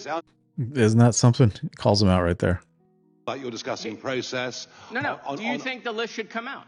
I have no opinion on it. I don't know at all. So we have victims that were sexually abused by potentially people in power, and we don't know who's on the list. I'm very happy. Hold on, Mr. Farage. We don't know who's on the list. We don't know. We don't know who's on the list. We don't know if the president is or is not. I'm not going to say he is or isn't. I'm just going to say these are weird behaviors. We don't know that there are weird behaviors. This guy's talking about weird behaviors. other people in Congress that are on the list, right? We have no idea. Do you think the list should come out? You think people in power should be held to account for these victims who have been sexually abused and assaulted? You think the list should come out? I think that I'm very happy to come to a different hearing where you talk about legal process. Okay. Will the gentleman yield for a quick question? Were you aware that he has already called for the Epstein file to be released? It has been reported that he has called for it to be released. Oh, yeah, right here, just to refresh your memory. Yeah, but I happen to have this. But that's not How random. But that is not. Look, you can ask me if you like about Do you agree social with security yourself? policy. Do you agree with yourself? We are here to discuss free speech. Hold on. It's awkward for your lunch after this? Do you agree with yourself? No, it isn't at all. Okay. Mr. Chairman, I'm just curious. This committee has jurisdiction over the Department of Justice. Yeah. Why have we allowed Comer to cover this up for the last couple of months? As I said, why is this committee not I taking said jurisdiction? 6 weeks ago that we will have the FBI director in, we will have the attorney general in, and we are doing that in 2 weeks. You can ask you can go through that whole list. That whole list, you can do whatever you want to do with. I got lots of questions for the FBI director, including the whistleblower who came forward and told him that Adam Schiff leaked classified information. I want to ask him about that as well as the issues you all want to ask him about. That's why he's coming, so we can ask all these questions and follow the process. Yeah, that's why I probably wouldn't make a good congressperson, because if I was the chair, I'd be slamming that gavel. I'd tell him to get on topic, and if he doesn't, I'd slam it again and have security take him out, and then it'd be a big uproar. Be some headlines around it. I just couldn't have the patience. My goodness, just sitting there and listening to him talk about nothing or talk about completely the opposite of what the subject matter is for the day. I mean, what's on the agenda? As Mr. Farage just talked about. Mr. The Chairman, gentleman from Virginia. Unanimous consent. I'd like to enter the political article into the record that Mr. Farage said the Epstein file should be released. Without objection. The gentleman from Virginia is recognized. I thank the chairman. I want to talk about censorship tools that are being used by Europe and protectionist measures that have major consequences for U.S. companies and free expression worldwide. I'm glad to have you all here to get your views on those issues. Mr. Farage, you've called the Online Safety Act a borderline dystopian censorship regime, and many agree, including myself, that the law badly overreaches. One of the most serious criticisms is that it empowers Ofcom to undermine encryption and open the door to not just government surveillance of posts online and public statements, but private messages, raising alarms not just in the UK, but beyond UK borders. Vice President J.D. Vance has warned this could threaten Americans' privacy as well. Do you recognize that this is not just a domestic issue for the UK, but a global one? And if you become Prime Minister, what assurances would you give allies that the UK will not undermine end-to-end privacy standards? You have my absolute word that a reform government will repeal the Online Safety Act and will go right back, actually, to legislation back to 2010, under which these whole concepts of hate speech have begun to be interpreted in UK law, and we will do that. Do we want to protect kids? This is the big question. Yes, we do. We need to find means. We need to find ways. I half suggested earlier that hardware could be part of the solution. But yes, we want to protect, to encourage and let free speech flourish. You've said Reform UK has access to some of the best tech minds to design alternatives. How do you propose to balance protecting children without scanning private messages or weakening encryption? I think, well, as I said, look, I don't have all the answers to this, but the British Prime Minister says he has got the answers to this. Well, if it's about protecting kids, why does the legislation give Ofcom the most extraordinary and, frankly, arbitrary powers? And why is there the establishment under the Act of an elite police force unit to monitor what is said online? So, it's far better to be honest and say we don't have the perfect solutions than to pretend we have with legislation that is a sledgehammer that misses the nut. Thank you. Mr. Price, the EU's Digital Services Act imposes liability for so-called systemic risks. How does that chill religious or political speech, and do you see conflicts with First Amendment principles? That's correct. The systemic risk provision, I think, constitutes a form of content moderation that they're misrepresenting, frankly, in their letters to you. Where the systemic risk provisions talk about, in fact, damage to what they call civil discourse. And we've already seen prosecutions, including clients of ours, who have been prosecuted for, among other things, praying silently, discussing the differences between Christianity and Islam, tweeting a verse from the Bible. So if these constitute systemic risks to civil discourse, the EU has the power in terms of this content moderation provision to step in. Damage to civil discourse seems a little broad, doesn't it? Absolutely. Mr. Reid, the EU's Digital Markets Act and the UK's Digital Markets Competition and Consumers Act are sold as pro-competition, but don't compliance costs just burden small app developers? Absolutely. The problem is that it's interesting, as you talked about how do you do a better job. You asked how do we do a better job to protect children. One of the ways we do it is by empowering parents to be good parents. And one of our deepest concerns is by removing some of the capability of the platforms to curate and provide information to parents about what applications do through a clear, forward interface that they see every day that's useful. It makes it harder to parent, harder to know what apps are on your kid's device, and harder for you to control it. So we absolutely see that not only are there problems with it on encryption, which we agree with you 100%, but we also think it weakens our ability as parents to be in charge of the devices our children are using. Yeah, these rules don't help parent consumers, if you will. They just shift power from platforms and from parents and from consumers to regulators, correct? Correct. Do these regimes create a level playing field for U.S. firms, or do they advantage European competitors at the expense of American innovation? Well, the original thought behind the DMA was that Europe had not been successful in creating their own industry, as was alluded to by several other members of Congress, and Congressman Correa noted it as well. Europe's economic potential has slowed while the United States has grown incredibly. We've gone from almost equal in 2008 to a 50% increase in the size of the U.S. economy between 2008 and now. And we think a lot of it comes from the small technology companies that have been creating amazing devices, amazing products, amazing applications that you're all using. And we are disappointed that there aren't the same opportunities for the U.S., for our EU members. Thanks. I yield back. Gentleman yields back. The gentlelady from Pennsylvania is recognized. Thank you, Mr. Chairman. You know, for years, political extremists, including some of our colleagues, have claimed without evidence that so-called conservative speech is being canceled. But the speech at issue is not conservative political speech. It's hate speech, including incitement to violence, threats and harassments of particular people or groups, and lies about almost everything from election results to health care. And there's nothing conservative about any of that. So today's hearing appears to be one more attempt by these extremists to claim victimhood, promote falsehoods, and normalize radical ideas, all while attacking others. Today, our Republican colleagues... I wonder if she would do some self-reflection after making that comment. What conclusions she would arrive at. ...that our European allies pose the biggest threat to Americans' free speech today. Seriously? There's an all-out assault on the First Amendment in the U.S., but it's coming from inside the House, the White House, the executive branch of our own country.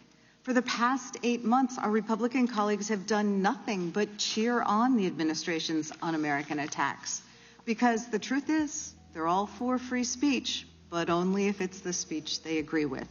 I'd say if you really want to talk about censorship, let's talk about how this administration, with the support of our MAGA colleagues, has tried to strangle speech and ideas that it doesn't agree with when that speech comes from the free press, college campuses, law firms and judges, library books, the Smithsonian museums, responsible investors, scientists, dedicated employees with deep expertise, and more. We've seen this White House use executive orders, threats and intimidation, illegal withholding of federal funding, raids by masked and armed police, and even sending military troops onto American streets to shut down opposition to this administration's policies. Professor Kay, You are an internationally recognized expert on freedom of expression and have studied the growing assault on free speech and civil society around the world. In your testimony, you said that the situation in the U.S. raises serious alarms. Can you elaborate on that? Yes, well, thank you for the question. Everything that you just mentioned is alarming. The assaults on the press, on universities, on public protest, all of those things, I think, are the kinds of things that historically the United States has fought against. So all of those things are very problematic. And I think that one way to think about them, perhaps, and it's useful in this committee, actually, in the context of this committee, is to think of those things that the Trump administration is doing as a contrast to something like the DSA, right? So the DSA sees a problem, which I think is a problem shared or perceived on both sides of the aisle, which is massive platform power and also the kinds of content that you alluded to. But the DSA doesn't create any new rules that allow either the European Commission or countries to censor. It is a transparency regime. It's a risk assessment regime. It's actually researcher access. It's actually a tool to give us information about what's happening online. That's in just sharp contrast to the kind of issues that we're seeing in this country, which are very much focused on criticism and content. Yeah, I think my colleague, Ms. Jayapal, talked about the fact that we had a very robust investigation of big tech in prior Congresses, which has kind of been shut down by a new alliance between big tech and the Republican Party. But it is about dealing with the real issues and the very real power that these big tech platforms have and trying to provide tools for ordinary citizens to fight back against disinformation or harmful content. Can you talk a little bit about that? Yeah, absolutely. I mean, if you think about one tool that the DSA offers, it's this assurance that individuals will be able to challenge, to appeal content moderation decisions. That is not something that is allowed or mandated by law in the United States. One other thing just to mention in this connection, I think Mr. Farage mentioned, and it's really just to highlight how hard some of these questions might be. Mr. Farage has suggested the possibility that hardware could be part of a solution to deal with children's access to harmful information. I think there's something possibly there, but it's another form of censorship. I think we should just recognize that restrictions are on the table in the United States, in the UK, elsewhere. I think the Europeans have adopted an approach that makes quite a bit of sense. Trying to get to as many members as possible. Gentlelady's time has expired. The gentleman from New Jersey is recognized. Mr. Frost has to leave in a few minutes, so we want to get as many members as possible. Thank you. Thank you, Mr. Chairman.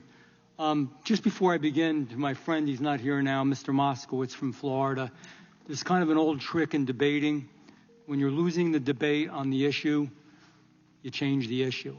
This is not about Epstein. It has nothing to do with that. And as the chairman so correctly said, the Attorney General is going to be here, the FBI Director is going to be here, and we can talk about it till the cows come home. Second thing is, I believe it was you, Mr. Farage, that said COVID changed our world. And in many ways, more than just a biological disease, what it did to us psychologically, governmentally, philosophically was really bad. And we're still not out of it yet because of what happened then. We're losing our freedoms. We are losing our freedoms. And it's not because of an American Congress. It's not because of American courts. It's not because of American Republicans. And I'm going to even say it's not because of American Democrats. It is due to bureaucrats in Brussels and in London, and in other places as well. It's wrong. It's un-American. I am unabashedly, and I think we all are here, hopefully, pro-American. We should be protecting our citizens. Odd comment, or I guess question. Bomber class Artie. Where is the normal American? Are you either woke or fascist? I see it out there as woke or normal. unfortunately. Let me see if I can find a visual depiction. We're watching foreign bureaucrats come to our country and try to force United States companies to censor humor, satire, and news they don't like. It's backwards, it's bizarre, it's perverse, and it's weird. That's what we would call it in New Jersey. It's just weird, and it's not good. It's the opposite of everything that the United States of America fought for and stands for. And it's a globalist mindset. You know, we can all talk about the issues, but I'm going to keep talking about globalism versus American exceptionalism and individuality. I believe very much, sincerely, that the whole battle that's going on now with the right and the left, what's happening in Great Britain, what's happening around the world, what's happening in the United States, is very much that argument. Individuality, and in our case here in the States, Americanism, exceptionalism, or is it globalism? And like the EU's Digital Service Act and the UK's Online Safety Act are the pinnacle examples, and they are, of how upside down things have gotten in the effort to globalize our society. And that is the ultimate showdown. It is resulting in our losing of our freedom, losing our influence. And the only winner here are some countries in Europe, Russia, China, and others. Europe is spending their time attacking American tech companies, dictating how our platforms operate, how our technology operates, and punishing people for exhibiting free speech. The European model, I'm sorry if I offend anyone, but it is wrong. We fought a revolution to defend ourselves. Men and women pledged their lives, their treasure, their sacred honor, so that they wouldn't have to go through this. And we never thought that Americans would be stripped of that. That's why this moment is so serious. It's more serious than most Americans and people realize right now. And you know, for generations, we thought if we were ever attacked, it was going to be a nuclear holocaust. We thought it was going to be the domino theory. We thought it was going to be world wars. We thought it was so many things. I maintain it's this. If we lose our First Amendment rights and our freedom of speech, we have lost everything and nothing else matters. And internet technology is being used as a vehicle to make this happen. So I have a question for Mr. Farage and Mr. Price. This hearing is really good, and I'm sure we're going to have some other hearings. But more than hearings and talking about it, what is it tangibly, this is a hard question, that we can do to stop it? What is it? Mr. Farage, I'll start with you. The debate we've had here, I mean, nobody here from any side of the debate has told me that the Online Safety Act is a wonderful piece of legislation. You know, right across the spectrum here, you're having your own internal debates about free speech in America, right, healthy, and what this committee is for. I want to make this argument. Yeah, I know these companies are very big and very powerful, many of the tech firms. But, you know, governments talk to each other. Yeah? And it needs the American administration and businesses to have an honest conversation. Brussels, you won't get a hearing. They are fundamentally anti-American, frankly, and I was there for 20 years. I saw it. I do think there is a conversation to be had with the British government about the shape of their legislation and the impact it can have on American individuals, their liberty, and American companies. So I am calling for, as a result of what's happened, it's clearly got the legislation's clearly doing the wrong thing. I think it is cause for proper intergovernmental debate. I hope that we have it. And by the way, we have censorship in America. Watch ABC, NBC, and CBS. I'm at a meetings. I'm at a discussion. I see and hear what happens. I watch, my wife has Channel 6 on, which drives me nuts at home, and it has nothing to do with the damn stuff that actually happened. And that's the truth. We have it already, and I pray to God we don't lose America. Mr. Chairman, indulgence, and I'll shut up. Mr. Price didn't get a chance. Quickly. Yes, sir. You talked about putting pressure on, and I agree that Brussels is a cold house for free speech. But a lot of the regulations actually happening in my own country, in Ireland, in Dublin, where a lot of the tech companies are headquartered, their European headquarters.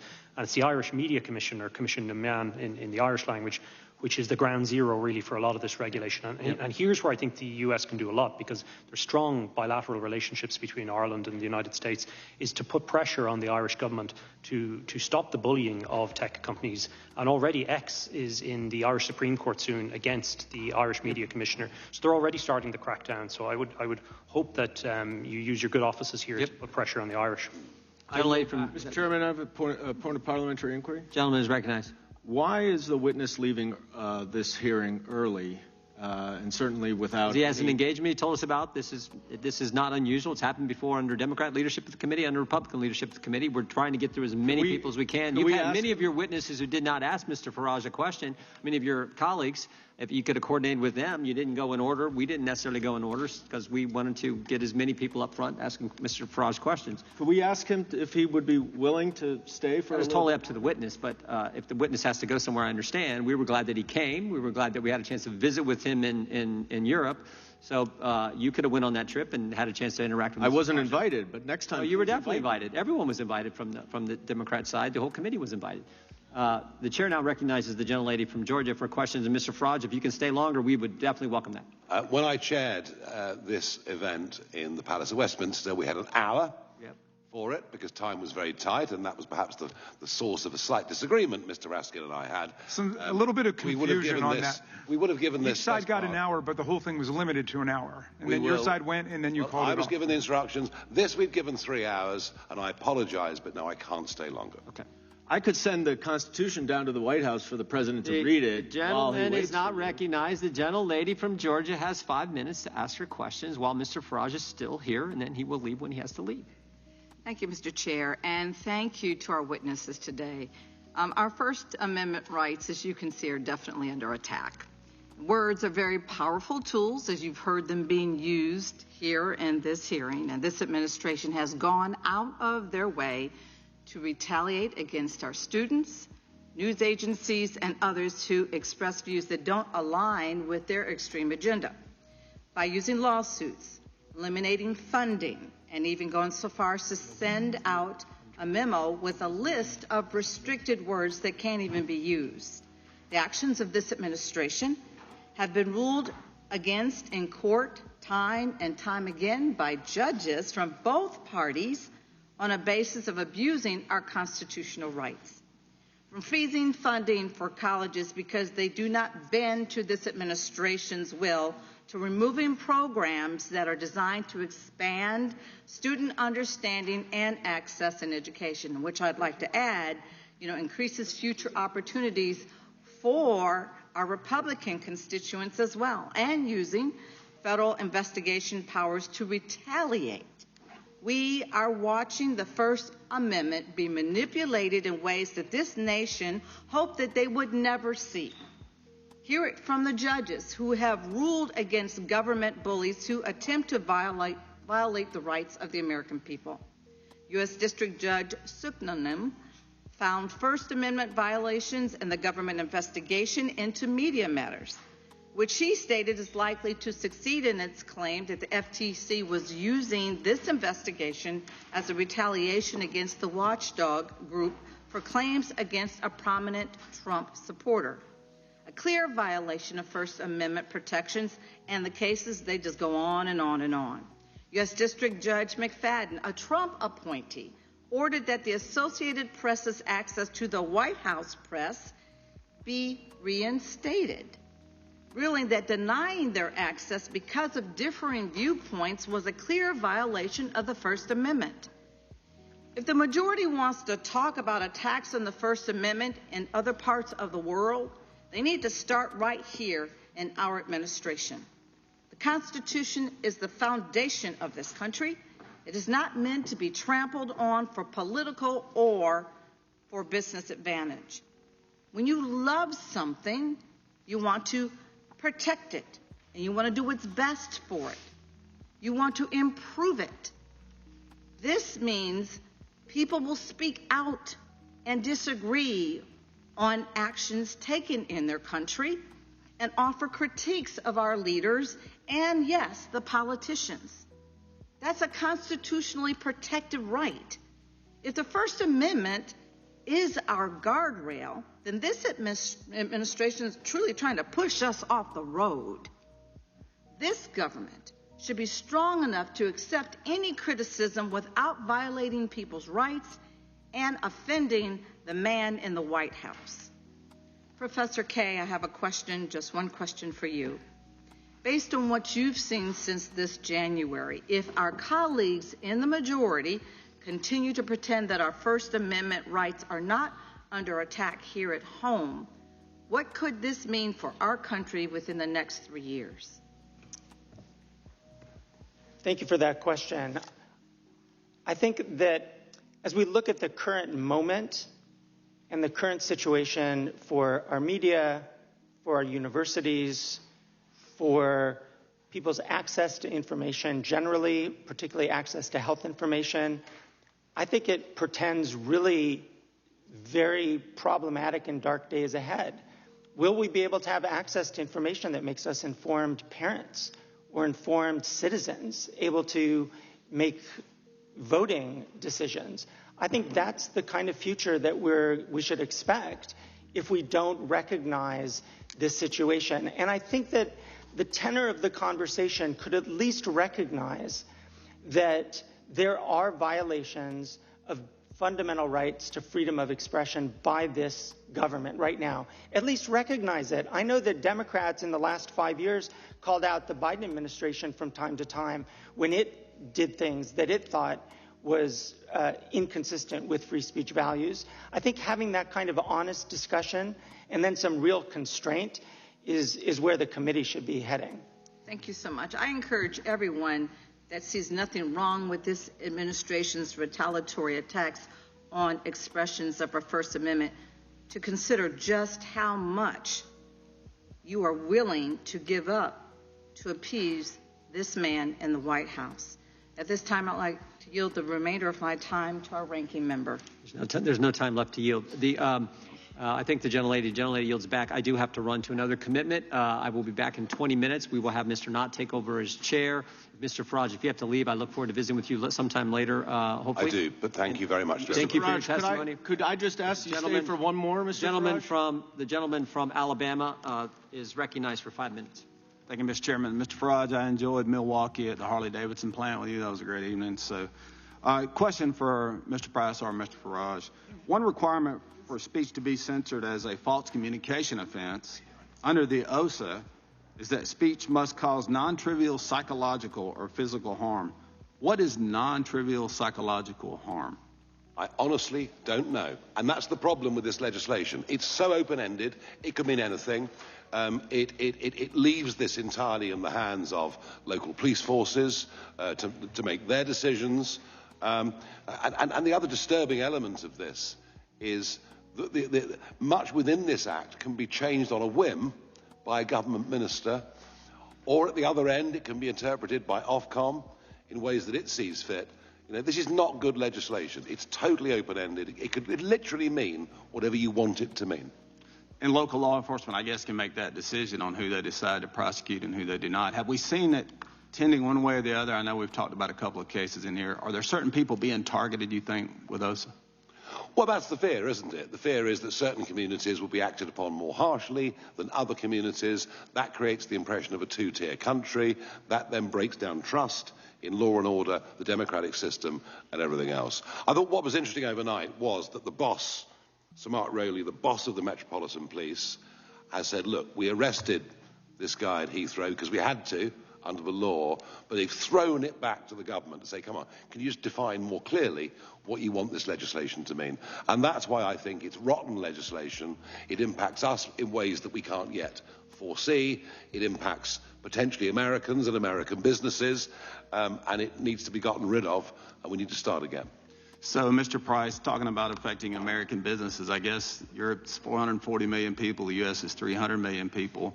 How do these companies, what do you see down the road for these platforms, these social media platforms, these companies that feel like they have to try and comply if they're going to do business in Europe? If, in fact, we don't repeal this OSA thing, which I hope Mr. Farage is able to do that with his leadership at some point in the near future. So how does this play out for our companies, Mr. Price, and for free speech in Europe in general? Well, on the corporate side, they're facing a really complicated piece of legislation, and as Mr. Farage outlined, with the provisions that are confusing in the Online Safety Act in the United Kingdom, there are similarly extremely confusing provisions in the Digital Services Act. So the mindset has to be one normally of compliance. One company has stood up to this whole regime and is challenging it at every level, and that's X. I hope others join and do the same, because the European Commission, though, really has been quite threatening. You'll recall the Thierry Breton letter, of course, about the Elon Musk's interview with then candidate President Trump. And you'll also see that other members of the Commission have made threatening remarks against companies as well on these so-called voluntary codes of conduct. When X and Google left one of the codes of conduct, a European commissioner said, well, of course they are voluntary, but we note that you've left them and we'll still hold you on the obligations. And you have Thierry Breton saying as well, you can run, but you can't hide if you leave the codes of conduct. So the whole thing is designed to force compliance, and the hammer that they have, of course, is these enormous crippling fines. It's like 10% on global revenue, if I understand correctly. So for some of these companies, that's a pretty tremendous fine. Absolutely, yeah, of turnover. And I guess, could you, as we're looking through this, it's like almost like people could claim that they were offended or hurt. You hurt their feelings, and then all of a sudden you're a target of this investigation. Is that right, Mr. Farage? Is that kind of... Yes, and frankly, under free speech, we should be allowed to cause offence. And that I should be able to offend right? you. You should be able to offend me. And provided we know what the limits are, and the limits I think we fully understand of incitement, for example, then we have to get back to, a much freer way of living. And if people say rude things and we don't like them, well, we just ignore them and get on with our lives. Like today when you were accused of Russian collusion, I guess. That was pretty offensive. Well, I remember the Russia hoax very, very well. We had shades of it earlier on this morning. But, that's what I was saying. But not much more than that, I'm pleased to say. Well, thank you. And, Mr. Chairman, with that, I'll yield back. Thank you. And we're going to have to go, Mr. Chairman, but thank you very much. Mr. Farage, you can blame it on me. One more. Oh, you're avoiding me. Mr. Farage, thank you. The chair now recognizes the gentleman from New York, Mr. Goldman. I'm sorry to see you leave, Mr. Farage. I actually had much that we agree upon and was looking forward to your testimony because it's very nice and refreshing to hear from my GOP colleagues that they are worried about authoritarianism. Mr. Biggs and Mr. McClintock both said that earlier. And I imagine, given what's going on in this country, when the president is sending the military into American cities, is weaponizing the Department of Justice to investigate his enemies, requiring loyalty oaths from all federal workers at risk of otherwise being fired, the list goes on and on. It is reassuring to hear that the Republicans who have remained stone silent about Trump's authoritarian takeover of our government here are actually concerned about authoritarianism. And I found it really heartening that Mr. Van Drew said, and I quote, "If we lose our First Amendment rights, we lose everything." Now, in his opening statement, Mr. Farage said, quote, "When the government starts regulating speech, it is rarely those that agree with the government who find themselves in court."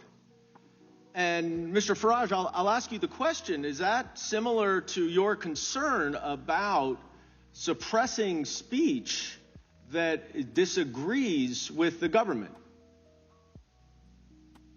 Oh, Mr. Farage has left. Well, Mr. Raskin, I will then maybe just you can stand in for Mr. Farage for a minute here. I know you are a champion of free speech. I'm not sure it's the same free speech that Mr. Farage is supporting. But if this concern about the government regulating speech is because it is rarely those that agree with the government who find themselves in court, then you would think that Mr. Farage and all of our Republican colleagues would be very, very concerned if a administration here in the United States was investigating criminally individuals who made the colossal mistake of speaking out against the president. That would be a clear violation of Mr. Farage's principle. Is that right? He was talking about the importance of political dissent. And this is a test, Mr. Goldman, I think, of our constitutional patriotism. To what extent are we willing to speak up for people who are the targets of government repression, even if we don't agree with what they're saying? A great example of that is our colleague, Congresswoman MacGyver from New Jersey.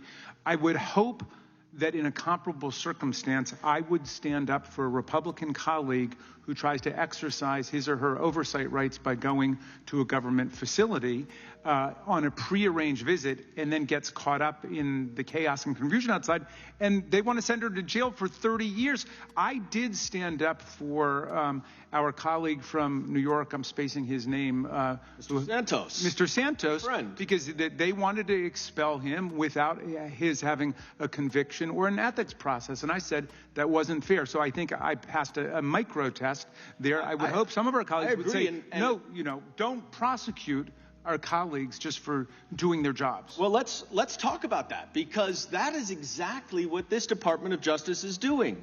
Recently, we heard publicly, which would ordinarily never happen, the Department of Justice does not say publicly, they don't confirm that there are any investigations of anyone until there's an indictment, because that person or those individuals can't defend themselves. But now we know that Senator Adam Schiff, who led the first impeachment of Donald Trump, is under investigation by the Department of Justice.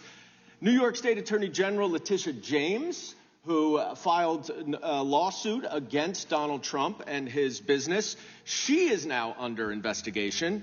Miles Taylor, who literally did the only thing that he did was write an op-ed and a book criticizing the President of the United States, he is under criminal investigation. Chris Krebs, whose offense, I think, was to say that the 2020 election was the most secure ever, he is under investigation. John Bolton, who has criticized the president, gets his house raided. Lisa Cook, the Fed governor, is now under investigation for mortgage fraud, I guess because she doesn't want to lower rates. The degree to which this government is suppressing speech that simply opposes the president's views should make Mr. Farage and every single one of my Republican colleagues speak out in favor of the First Amendment, and yet we have heard nothing. There is still time, my friends, and I yield back. Thank you, sir. The chair now recognizes the gentlelady from Wyoming. Benjamin Franklin said over 270 years ago, freedom of speech is a principal pillar of a free government. When this support is taken away, the constitution of a free society is dissolved and tyranny is erected on its ruins. An evil magistrate entrusted with power to punish for words would be armed with a weapon the most destructive and terrible. Under pretense of pruning off the exuberant branches, he would be apt to destroy the tree. Mr. Farage talked in his opening statement that noted that Europe's regulatory regime risks exporting restrictive standards that could violate Americans' constitutional rights. So I'd like to expose that and discuss that a little bit further. He noted that the oh-so-benignly titled Online Safety Act exemplified this regulatory model. The OSA is marketed as a measure to protect children online, but it is clearly being used as a means to actually impose government-backed censorship, especially speech which is critical of government policy. As an egregious example, we have learned that the OSA has been used against Katie Lamb, MP for Weald of Kent, to block videos of her speeches made in Parliament critical of the fallout from the country's immigration policies. Mr. Price, are you familiar with the circumstance where actual speeches in Parliament or other public figures, their speeches are being censored by the government under this claim of protecting minors or protecting people from hearing this speech? I'm familiar with censorship of public protests. That's already happened in the United Kingdom. The Online Safety Act has placed blocks on those to protect children. That's the claim, but it has prevented adults from accessing it as well. So the Times has also reported that using the Communications Act of 2003 and the Malicious Communications Act of 1988, there have been 37 police forces have made over 12,000 arrests in 2023 alone, which is the equivalent of 33 a day, all in relation to social media posts. Are you familiar with that information, Mr. Price? I am, yes. Okay. In July, the House of Commons Science, Innovation, and Technology Committee released a report indicating that the OSA was merely a first step, is the way that they have described this. In other words, they are planning to do even more to address what they describe as online harm. Have you heard that as well? I have, yes. Well, and I think that there's something that just happened this week, and a few of the members have referenced it, but it involved the Irish comedian and writer Graham Linehan, who was arrested in Britain, apparently for social media posts about transgender issues. Did you hear of this circumstance? Yes, I did. I know Graham personally. Okay, and according to his Substack article, the trouble actually began when he was in America. He was at the airport in Arizona seeking to fly back to Europe. Was told that he did not have a seat, was put on a later flight, and when he arrived at Heathrow, he was met by 5 armed police officers. Are police officers in England typically armed? They're not, no. So did you find it strange that he would be met by 5 armed police officers? At airports, counterterrorism police are usually armed, and or there's a special wing of the Metropolitan Police that has armed support unit. So is he considered a terrorist? I'm not clear what provision he was arrested under of legislation, but there is a power in the Terrorism Act to arrest people at airports and seize their devices. Sure. Was he identified as a terrorist because of his online posts? It's not clear yet if he was arrested under that provision, but it has very wide-ranging powers, and it is used on occasion to detain people at ports. Okay. I understand that, and that probably is more of a frightening answer than I expected, which is that they've used the power that is typically reserved for terrorists or people who are of grave risk to the country to arrest Mr. Linehan at the airport because of his Twitter posts. Is that right? It's not clear if they use it yet, but that is a power that they frequently, that is used to seize people's devices at airports. Can you describe more of what happened with this incident involving Mr. Linehan? Do you have the familiarity with the facts? I've read his statement, yes. Okay, and could you please explain what happened? It appears that he was detained on arrival in Heathrow and then arrested, searched, subjected to a long series of questions, most of which revolved around his beliefs on gender ideology and transgender issues. Some of the questions from the police, according to Mr. Linehan, were extremely ideological in nature, and they talked about people who are assigned a gender at birth, which, as he pointed out himself, is activist language that the police should not be using. So he also claims that his bail conditions one of the conditions was that he could no longer use X. Is this a tactic you have seen or heard of being used before? Yes, we've seen extraordinary bail conditions, even placed on clients of our own. We had a client, Pastor Dia Moodley, who was given a bail condition that he was not allowed to preach about the differences between Christianity and Islam on the basis of that he would be bailed. So we have seen bizarre and wide-ranging bail conditions set on people before under speech offences. Time's expired. Okay, thank you. The chair now recognizes the gentlelady from North Carolina. Thank you very much, and thank you to all the witnesses for your testimony and for your patience. It's been a long hearing. I think it's very timely that we're discussing threats to freedom of speech and innovation in this committee. I do wish we were talking about what's going on in this country right now, but I don't always get what I wish for. Freedom of speech in this country is under threat. There is no question about it.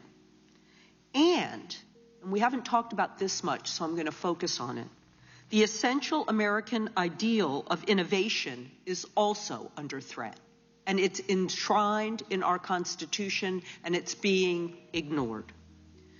The gravest threats to speech and innovation are coming not from our democratic European allies, but from the authoritarian and unconstitutional actions of the Trump administration. The Trump administration has embarked on a coordinated crackdown of speech on universities across the country. I represent more than 5 universities in the Research Triangle area. I've seen it. The administration illegally froze billions of dollars in federal research grants, affecting not just people's health and safety, which is what they were for in the first place, but the economies of places like North Carolina. They forced the resignation of university presidents they don't like, and they threatened to strip universities of patents for discoveries made in their labs. Unprecedented. This administration has also refused to restore these important grants, which fund research for everything from breast cancer to infant mortality, unless the schools allow the government to exert control over faculty hiring, academic programs, and student admissions. Professor Kaye, how have the Trump administration's attacks on our nation's preeminent research universities harmed the ability to innovate? I think that's an excellent question. and we've seen it across the board, these attacks on universities. And if we think about universities, and there is a connection here to freedom of speech, if we think of our universities as the principal engine for the generation of knowledge and the generation of ideas, basically innovation in our country, the administration is going after them in all the ways that you described.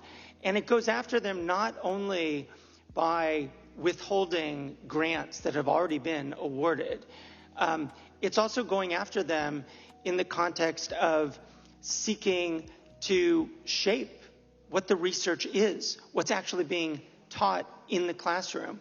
Those are, I think, very significant interferences with the potential for innovation in our country. Well, thank you for that. And now to get to the tech issues, because that's kind of underlying what's going on. This hearing is supposed to be about Europe's threat to big tech companies, but I'd like you to speak about the threat of big tech companies and the AI models that they're creating on intellectual property rights, many of which are protected more strongly in Europe than they are here. How have AI models that scrape everything that they can, whether copyrighted or not, impacted innovation and even our newspapers, which are having to sue for the copyright for the content that they create?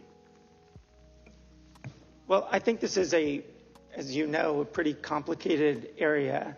But I would highlight, just to bring it to European regulation for a moment, whereas the United States has not really gone very far down the path of legislating in this area and finding ways to boost AI's potential for democratic and freedom of expression purposes, Europe has actually adopted an AI Act, which, again, we might not agree with all of its particulars, but it's aiming to harness the power of AI for democratic purposes and to ensure that AI doesn't have this negative impact on fundamental rights. I think that's an approach that we can learn from, actually, and that we haven't so far. And I want to just, because I know I only have a second left, I really want to give a lot of credit to Congressman Issa, because he has been having excellent hearings on this very issue. But unfortunately, the larger Judiciary Committee has taken no action. And so I would encourage the larger Judiciary Committee to follow Congressman Issa's lead about protecting our creators. Thank you, and I yield back. Thank you, Representative Ross. The chair now recognizes the gentleman from South Carolina. Thank you, Mr. Chairman. We're here to talk about ongoing concerns with European censorship, British censorship, and its effect on American speech or broader free speech principles that hurt certainly citizens, but American companies, both domestically and abroad. What I'm hearing today, at least from the witnesses, is rather alarming. This Orwellian in nature approach that Europe has taken, the hostility to free speech, to satire, to maybe speech that you disagree with. And I want to talk about that as it pertains to the UK, the EU, and certainly the US. Mr. Price, Prime Minister Starmer said that the UK does not have a free speech problem. Do you agree with that statement? No, I do not. In what ways do you disagree with the Prime Minister? We have seen numerous prosecutions in the United Kingdom for totally non-violent speech. We have clients, my own organization is acting for, who have been arrested for silently praying, for offering consensual conversations, for preaching about the gospel. And I can go on. There are numerous and numerous examples. 12,183 prosecutions, I think, is at least what I've read. Does that sound about accurate to you? That sounds accurate. Which is a 50% increase from pre-pandemic levels. What does that tell you about maybe the focus of the British government as it pertains to speech right now? Sadly, it shows that the United Kingdom, just like the rest of Europe, has entered a spiral of censorship, and it's getting worse. And it's gotten to the point where even our oldest and closest ally, the United States, has had to intervene and point that out. And as I said on numerous occasions, I'm extremely grateful to all of you for doing that. But the problem, frankly, is being now compounded and set in stone by things like the DSA from the European Union and the Online Safety Act in the United Kingdom. Well, let's talk about the Online Safety Act for a second. I mean, I think it maybe is intended to protect children, and I think everyone lauds that. Mr. Farage talked about that nobody, right or left, wants their child exposed to bad content online. But it's been talked about, and you've seen this in your practice, used as a weapon to target speech that maybe the government finds uncomfortable or disagrees with. Is that correct? Yeah, that's correct. We've seen, for example, Section 62, which is designed to protect children, being used to censor videos of protests near asylum centres.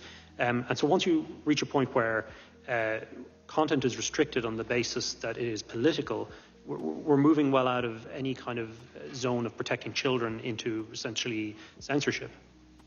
Right. So at least in the case of the comedian, the Irish comedian that was recently arrested, you know, I was not aware of his content before and looked at it, and it seemed to be satirical in nature or maybe hyperbolic and not necessarily to be treated literally. Is that your interpretation of that too? Yes. In fact, I told Graham Lennon when I was growing up I wasn't allowed to watch his comedy on TV. Father Ted was the show that he's probably most famous for.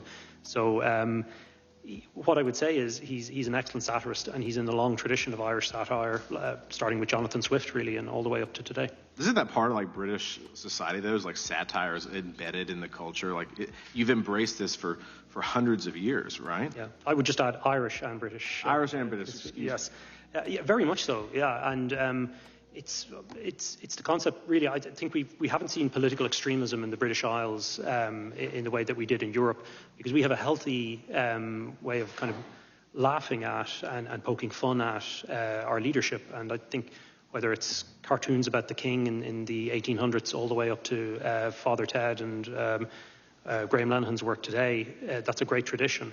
Isn't there growing frustration with the Irish people, the British people, maybe broader European cultures, that the government is more focused on speech than it is, say, the migrant crimes that are happening right under their noses? I mean, that seems to be, from my view across the pond, that particularly the British people, they're fed up with the non-enforcement of immigration laws at the expense, or maybe because, in large part, they're focused on what people are saying online. Do you share that? I completely agree with that, and this is the discussion I had with Representative Raskin in London. This is about shutting down growing discontent in Europe with the decisions that our political elites have made. And we've reached a crisis point where it's no longer possible to conceal the level of public anger. And I think these censorship maneuvers are an act of desperation, and they won't work. Thank you for that. And radically shifting to Mr. Reed for a second, and a different approach. In the app industry, does the DMA incentivize Chinese copycat companies to flood the market? And if so, how does that impact American companies in European markets? And what are the associated data privacy implications of that? You may finish. Being aware of the time, yes. The problem is Article 6, Section 4. You have unlimited time. Pay no attention to the chairman. I always pay attention to the chair and the ranking member. The easy idea is Article 6, Section 4, Article 6, Section 7, and even 10. Part of the problem is they basically have must-carry provisions. And what that does is open the door. Part of what small businesses have benefited the most from the existence of these platforms, again, as I said, this isn't a love affair. It's a business relationship. They opened the door to customers, and the customers trust what they're buying on the platform. Article 6, Section 4, and Section 7 really say they must put on anyone's product. And, of course, the most classic example of that, the first mover under the new DMA was Pornhub, which Apple had decided they didn't want porn apps on their app store. And the first one out of the gate to say incorrectly, they claimed it was an Apple-approved app, which once again leads to confusion and breaks down trust. That was out of the gate the first app. And so from my members' perspective, their concern is, hey, I want to be sold at the store that people feel comfortable buying at. And the more you degrade the quality of experience and the more you degrade or allow that to be broader, we run into a problem. Thank you. I'm sorry for the time. Mr. Chairman, I have a parliamentary inquiry. Yes, sir. Go ahead. Apparently, the whereabouts of our missing witness have been ascertained. He's appearing on GB News, which I guess is the network he works for outside of the Rayburn building. I just wonder if it would be consistent with the rules and the practice of our committee for us to send someone to invite him to come back, because I think we have 5 or 6 members who haven't questioned yet. Would that be all right if we sent someone to go alert him that there's still members waiting to do their questioning, just out of courtesy and respect for our colleagues? Well, the chair will make note that the witness has appeared voluntarily, he has left voluntarily, but in terms of going and asking him to come back, no objection there. Okay. If we could do it, if we could find him, I'd like to submit for the record this clip from GB News. British free speech under threat. Nigel Farage says UK is an authoritarian state like North Korea. Without objection. Thank you. Gentleman yield. Yes, sir. The chair recognizes the representative from Vermont. Thank you. Thank you, Mr. Chair. You know, I spent my August traveling around my state listening to Vermonters tell me what was on their minds. And there was one constant thread, and that was fear and concern for young people, for their safety, for their future. And parents kept asking me, will my kids ever be able to afford a house in this economy? Is it going to be safe for my kid to go to school? And are my kids safe online? Over and over again. And I want to tell you about one conversation I had with a high school student in Vermont who said to me, we all know that social media on our phones is hurting us. And in some instances, it's literally killing us. And what he wanted to say is, what are you doing about it? What are you doing about it? And I have to ask myself the same question, because I'm a parent, I'm a former teacher, I'm now a member of Congress, and what are we actually doing to solve the problem, to stand up for our kids? And it's clear we need real attention on this. We need to focus our attention, and we do need to regulate corporations behind these problems, and we need real public oversight, yes, over the gun makers, yes, over financial speculators, but also big tech. Because polls show... Sorry, I've been gone for a little bit, but this is pretty common. It's like a rant, right? Complaining about so many different things and saying, I demand oversight. If that was to be granted, I don't know if they even know what they would do with it. The idea of the continuous fight, I think, is problematic. You'll hear that quite a bit on the left, that, we have to keep fighting. The fight continues. Kamala Harris said that quite a bit in her concession speech. She had 2 of them, by the way. You can check out some of my earlier streams. She had 2 concession speeches, and in each one, a key recurring word, or whatever you want to call it, was fight. Keep fighting. Don't, let your head down.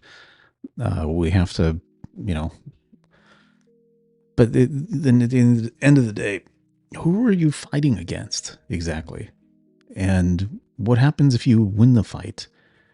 Then what? You just keep looking for something else to be mad about? I mean, look at her. She's like, really, she's been mad for a couple of decades. Look on her face there. Across the country, Americans overwhelmingly want us to take action on the harms that are hurting their kids. And yet here we are, first hearing back. We're not talking about the AI platforms that are leading kids to self-harm. We're not talking about the algorithms profiting off of teens' eating disorders. We're not working together to hold big tech accountable. No, we're here talking about how other countries are being too mean to big tech. It's gross. Professor Kay, thanks for being here. Can you briefly describe how the EU's Digital Services Act regulates social media content for children? So the DSA is a very big piece of legislation, a big regulation, but it gets to exactly the point that you're making, which is the DSA is the result of a years-long process of democratically Europe trying to figure out what's the response to the massive power of big tech over their information environments. And so to give one example, they provide a mechanism that actually requires those companies that are considered the very largest platforms and search engines to do an assessment of the risk that they cause in the context of illegal content, which could include child sexual abuse material. That is really only doing that basic risk assessment that we should imagine all companies would do. Exactly. And then based on that, they're actually obligated to take mitigating measures against them. So that's one example. Yeah, I mean, this is bare minimum stuff here, right? Bare minimum. Yep. Risk assessment. What are we subjecting our children to? Correct. And so in your assessment, does the EU prioritize protecting kids and teens from content related to suicide and self-harm? So the DSA is not content specific, right? It doesn't require any company, for example, to take down any particular kind of content. But in the risk assessment provision, it's pretty clear, and if you read the negotiating history around the DSA as well, it's pretty clear that this is one of the key issues that concerns Europeans and thus concerned the regulation as it was adopted. Thank you. I really appreciate you being here to balance this out. So look, we got to follow the money here, okay? I want to draw your attention here to the visual here, okay? Trump inauguration fund, Amazon, $1 million, Meta, $1 million, Google, $1 million, Microsoft, $1 million, Apple, $1 million, OpenAI, $1 million, and the list goes on. This hearing is not about making the internet a safer place for kids. It's about harassing Europeans who are trying to do something. No, it's imperfect, but they're trying something, and we sit here twiddling our thumbs. There has never been a more important time than now to create some basic rules for big tech. Our kids are more important than these billionaires and their shareholders, period. If we truly want to protect our kids, we have to push back on unrestrained corporate power and try to retain some moral clarity in this moment. Jill? I was told I would have more time because there was a member that went over by a minute. Sure, go right ahead. We should be looking at any country around the globe who is actually trying to do something. And no, should we copy exactly what they're doing? No, but we shouldn't stick our heads in the sand and say, that, oh, there's nothing we can do here. We cannot maintain the status quo and then go back to our constituents and look these parents in the eye and say that we're actually doing our jobs. The solutions are right in front of us if we would actually do the work here in this committee. Let's see if she tells us what those solutions are. I yield back. Never mind. Wishful Yields thinking. back. I would just remind the gentlelady that Mr. Zuckerberg from Meta sent this committee a letter a year ago, August of last year, saying that the Biden administration pressured them to censor. They did it. They're sorry. They're not going to do it again, and they've changed policy. I said that in my opening statement. So we do think this committee's had a huge impact on protecting free speech. The gentlelady from Florida is recognized for 5 minutes. Thank you, Mr. Chairman. Today we are examining a growing threat, the way that Europe and the UK are using so-called digital safety and competition laws to undermine American values and American innovation. The EU Digital Services Act and the UK's Online Safety Act go far beyond legitimate regulation. They empower foreign bureaucrats to label political dissent, even ordinary phrases like "take back our country," as hate speech. And they pressure U.S. platforms to apply those censorship rules globally. At the same time, the EU's Digital Markets Act and the UK's DMCC deliberately single out American technology companies for punitive treatment, forcing them to share proprietary data and subsidize less innovative rivals. These laws are protectionist by design, and they put American jobs, innovation, and free speech at risk. Congress has a duty to push back. We must ensure that foreign governments cannot dictate what Americans are allowed to say online, nor use regulatory schemes and backdoor taxes on our most successful industries. I look forward to hearing from you all today and appreciate your testimony. Mr. Price, I am a former American judge, and as such, I know that laws must have clear, defined terms in order to be applied impartially and fairly and consistently.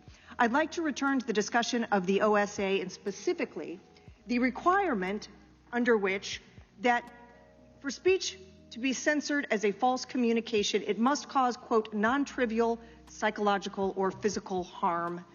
Would you share with us your perspective on the use of phrases such as non-trivial psychological harm and your view of whether it is possible for these terms to be applied uniformly, fairly, and consistently? Good question. I'm afraid I really can't, and you've hit the nail on the head, really, in terms of your question. These terms are extremely vague, and it's a long-standing principle of the common law that vagueness in the criminal law is repugnant. And so, sir, is it your view that this is actually an appropriate or even enforceable regulatory scheme? It's not appropriate, but they certainly intend to enforce it. Mr. Reed, I'd like to turn back to the DMA's application to our companies and the concept of gatekeepers, which we touched on earlier today. Would you please describe how that operates and how these regulations are creating an unfair competitive advantage for European and Chinese firms at the expense of American companies?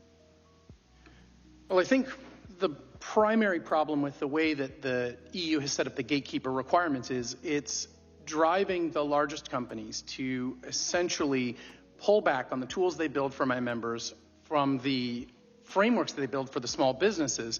Ironically, oftentimes these small guys are the ones that are going to compete with them because it allows them to say, well, in order to comply with the DMA, we need to remove various functions. And this isn't hypothetical. What we've seen so far in our discussions is they want to remove link-throughs. They want to remove other elements that they see as essentially keeping power in a few of the big companies. The irony is, of course, the small guy, not the medium-sized guy, not the billionaire, but the truly small guys actually need that foothold to step up. And so what it creates is an environment where, sure, there'll be some billionaire companies that will do well out of the DMA, but the thousandaires, those of us who are trying to get to that next level, are the ones who get crushed between the two giants. Thank you. I yield the balance of my time to the chairman. Hi, thank you. Mr. Price, I just want to make sure I understand exactly what's happening. A pastor gets arrested for what he said, but the guys who attacked him don't. Lucy Conley said things that she shouldn't have, probably. Not probably, definitely. I mean, what would Mr. Farage say? Intemperate, statements, but she took him down. She got more prison time than young violent offenders got.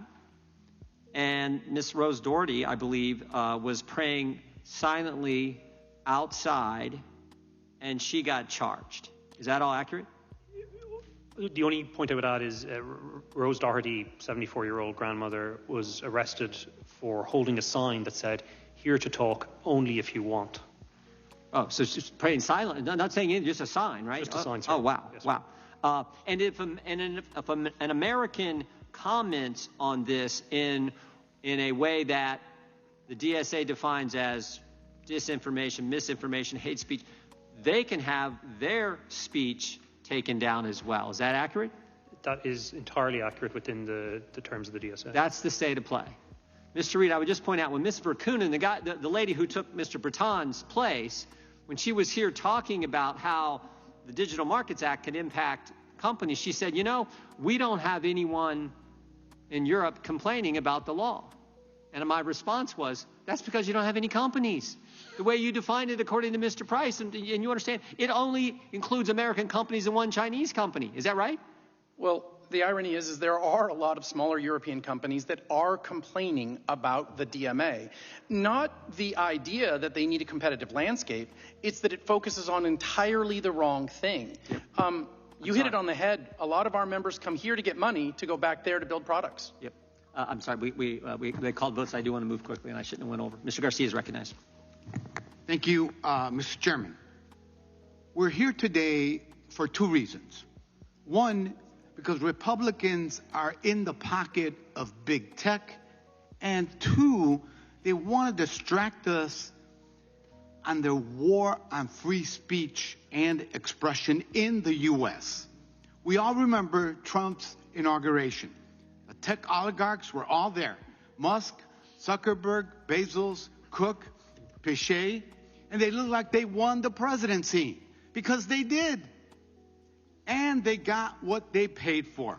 Since taking office, Trump put out an AI action plan that could have been written by big tech, dropped enforcement provisions against tech companies, and tried to unlawfully fire 2 FTC commissioners who fought to hold these companies accountable. By the way, one successfully got back to work today, first day back.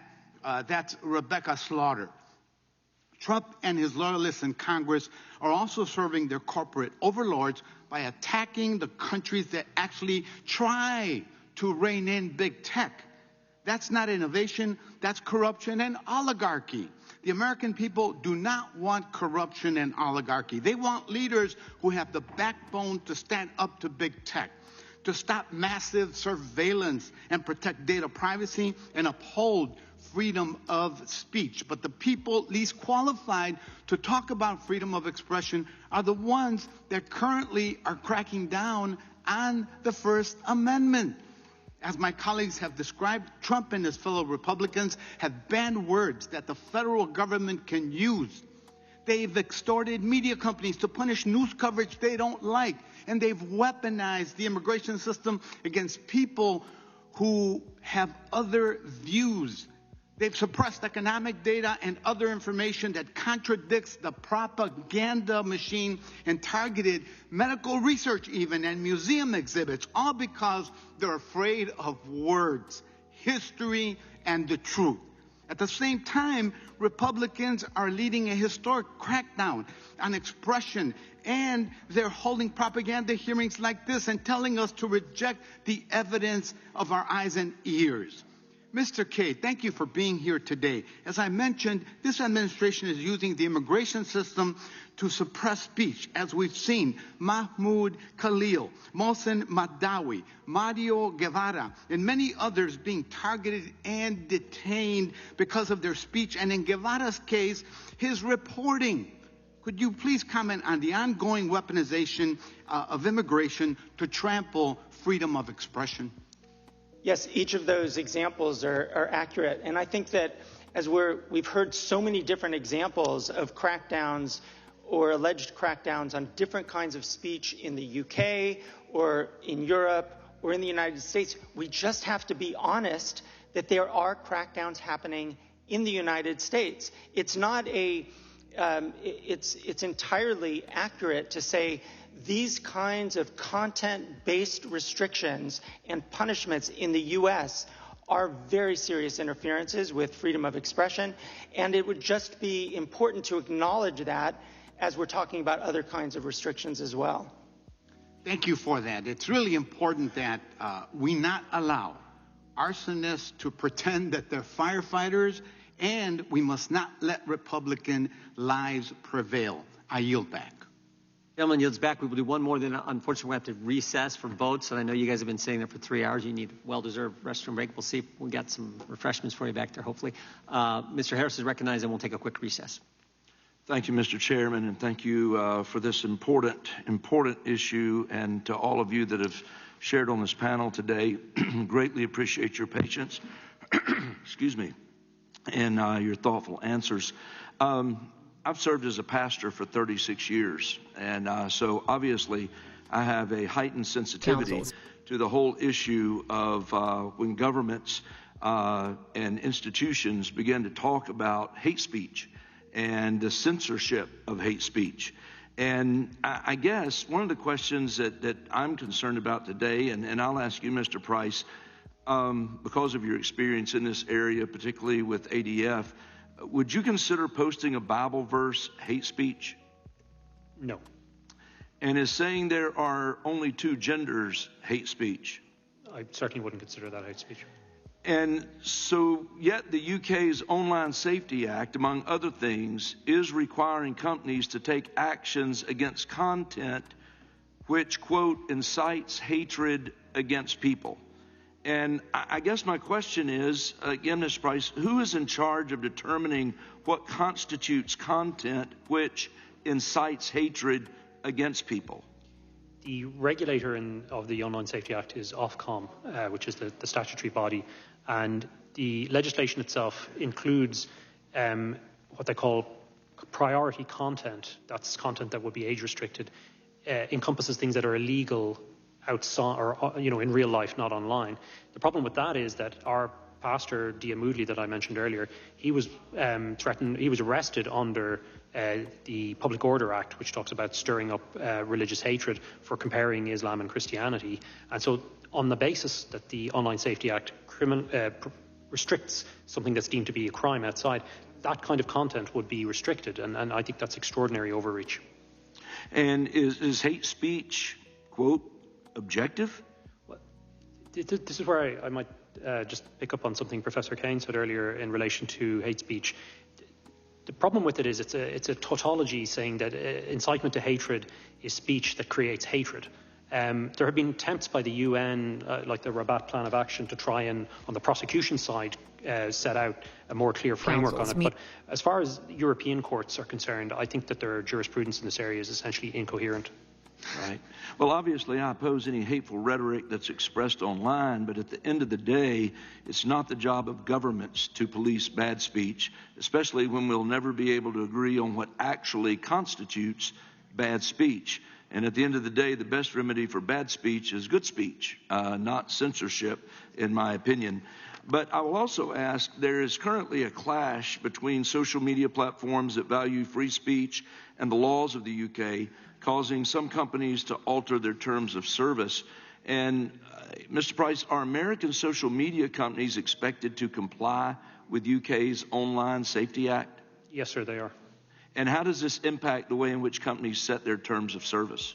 We've seen this again and again when it comes to regulations from European regulators, either from Brussels or London, where companies, of course, commercial enterprises, setting and designing a system that complies with EU law often means setting something for their entire operations globally. And that we saw that again and again with GDPR. Every time you have to click, I don't want cookies, something, and Americans are exposed to this.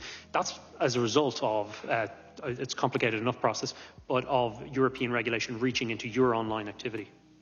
Well, again, this is a critically important issue, and you've done some incredible work, I know, with Alliance Defending Freedom. And I know, Mr. Price, you've defended witnesses criminally charged for praying near abortion clinics. One of those examples was Father Sean Goff, a Catholic priest who was charged for praying and holding a sign that read "Praying for Free Speech."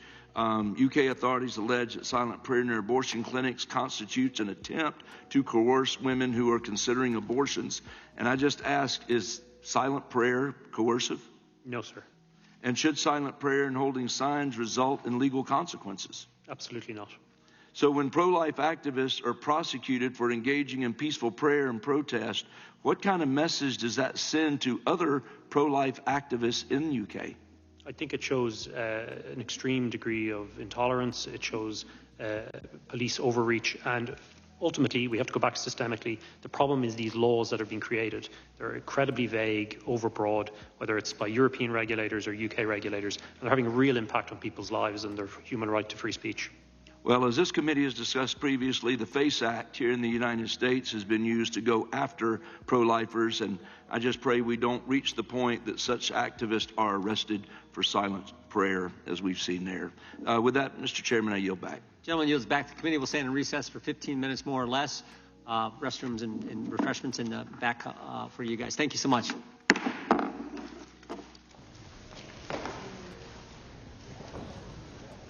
There you go. That concludes the hearing. Nigel Farage, not there the entire time, took some liberties in terms of leaving.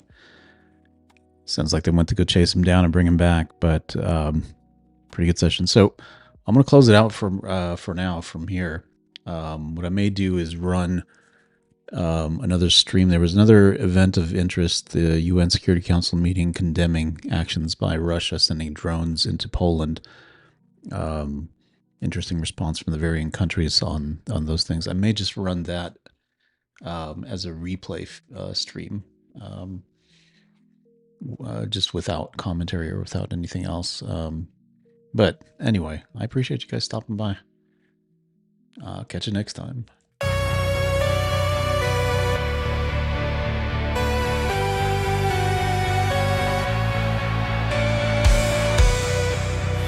The words of the light.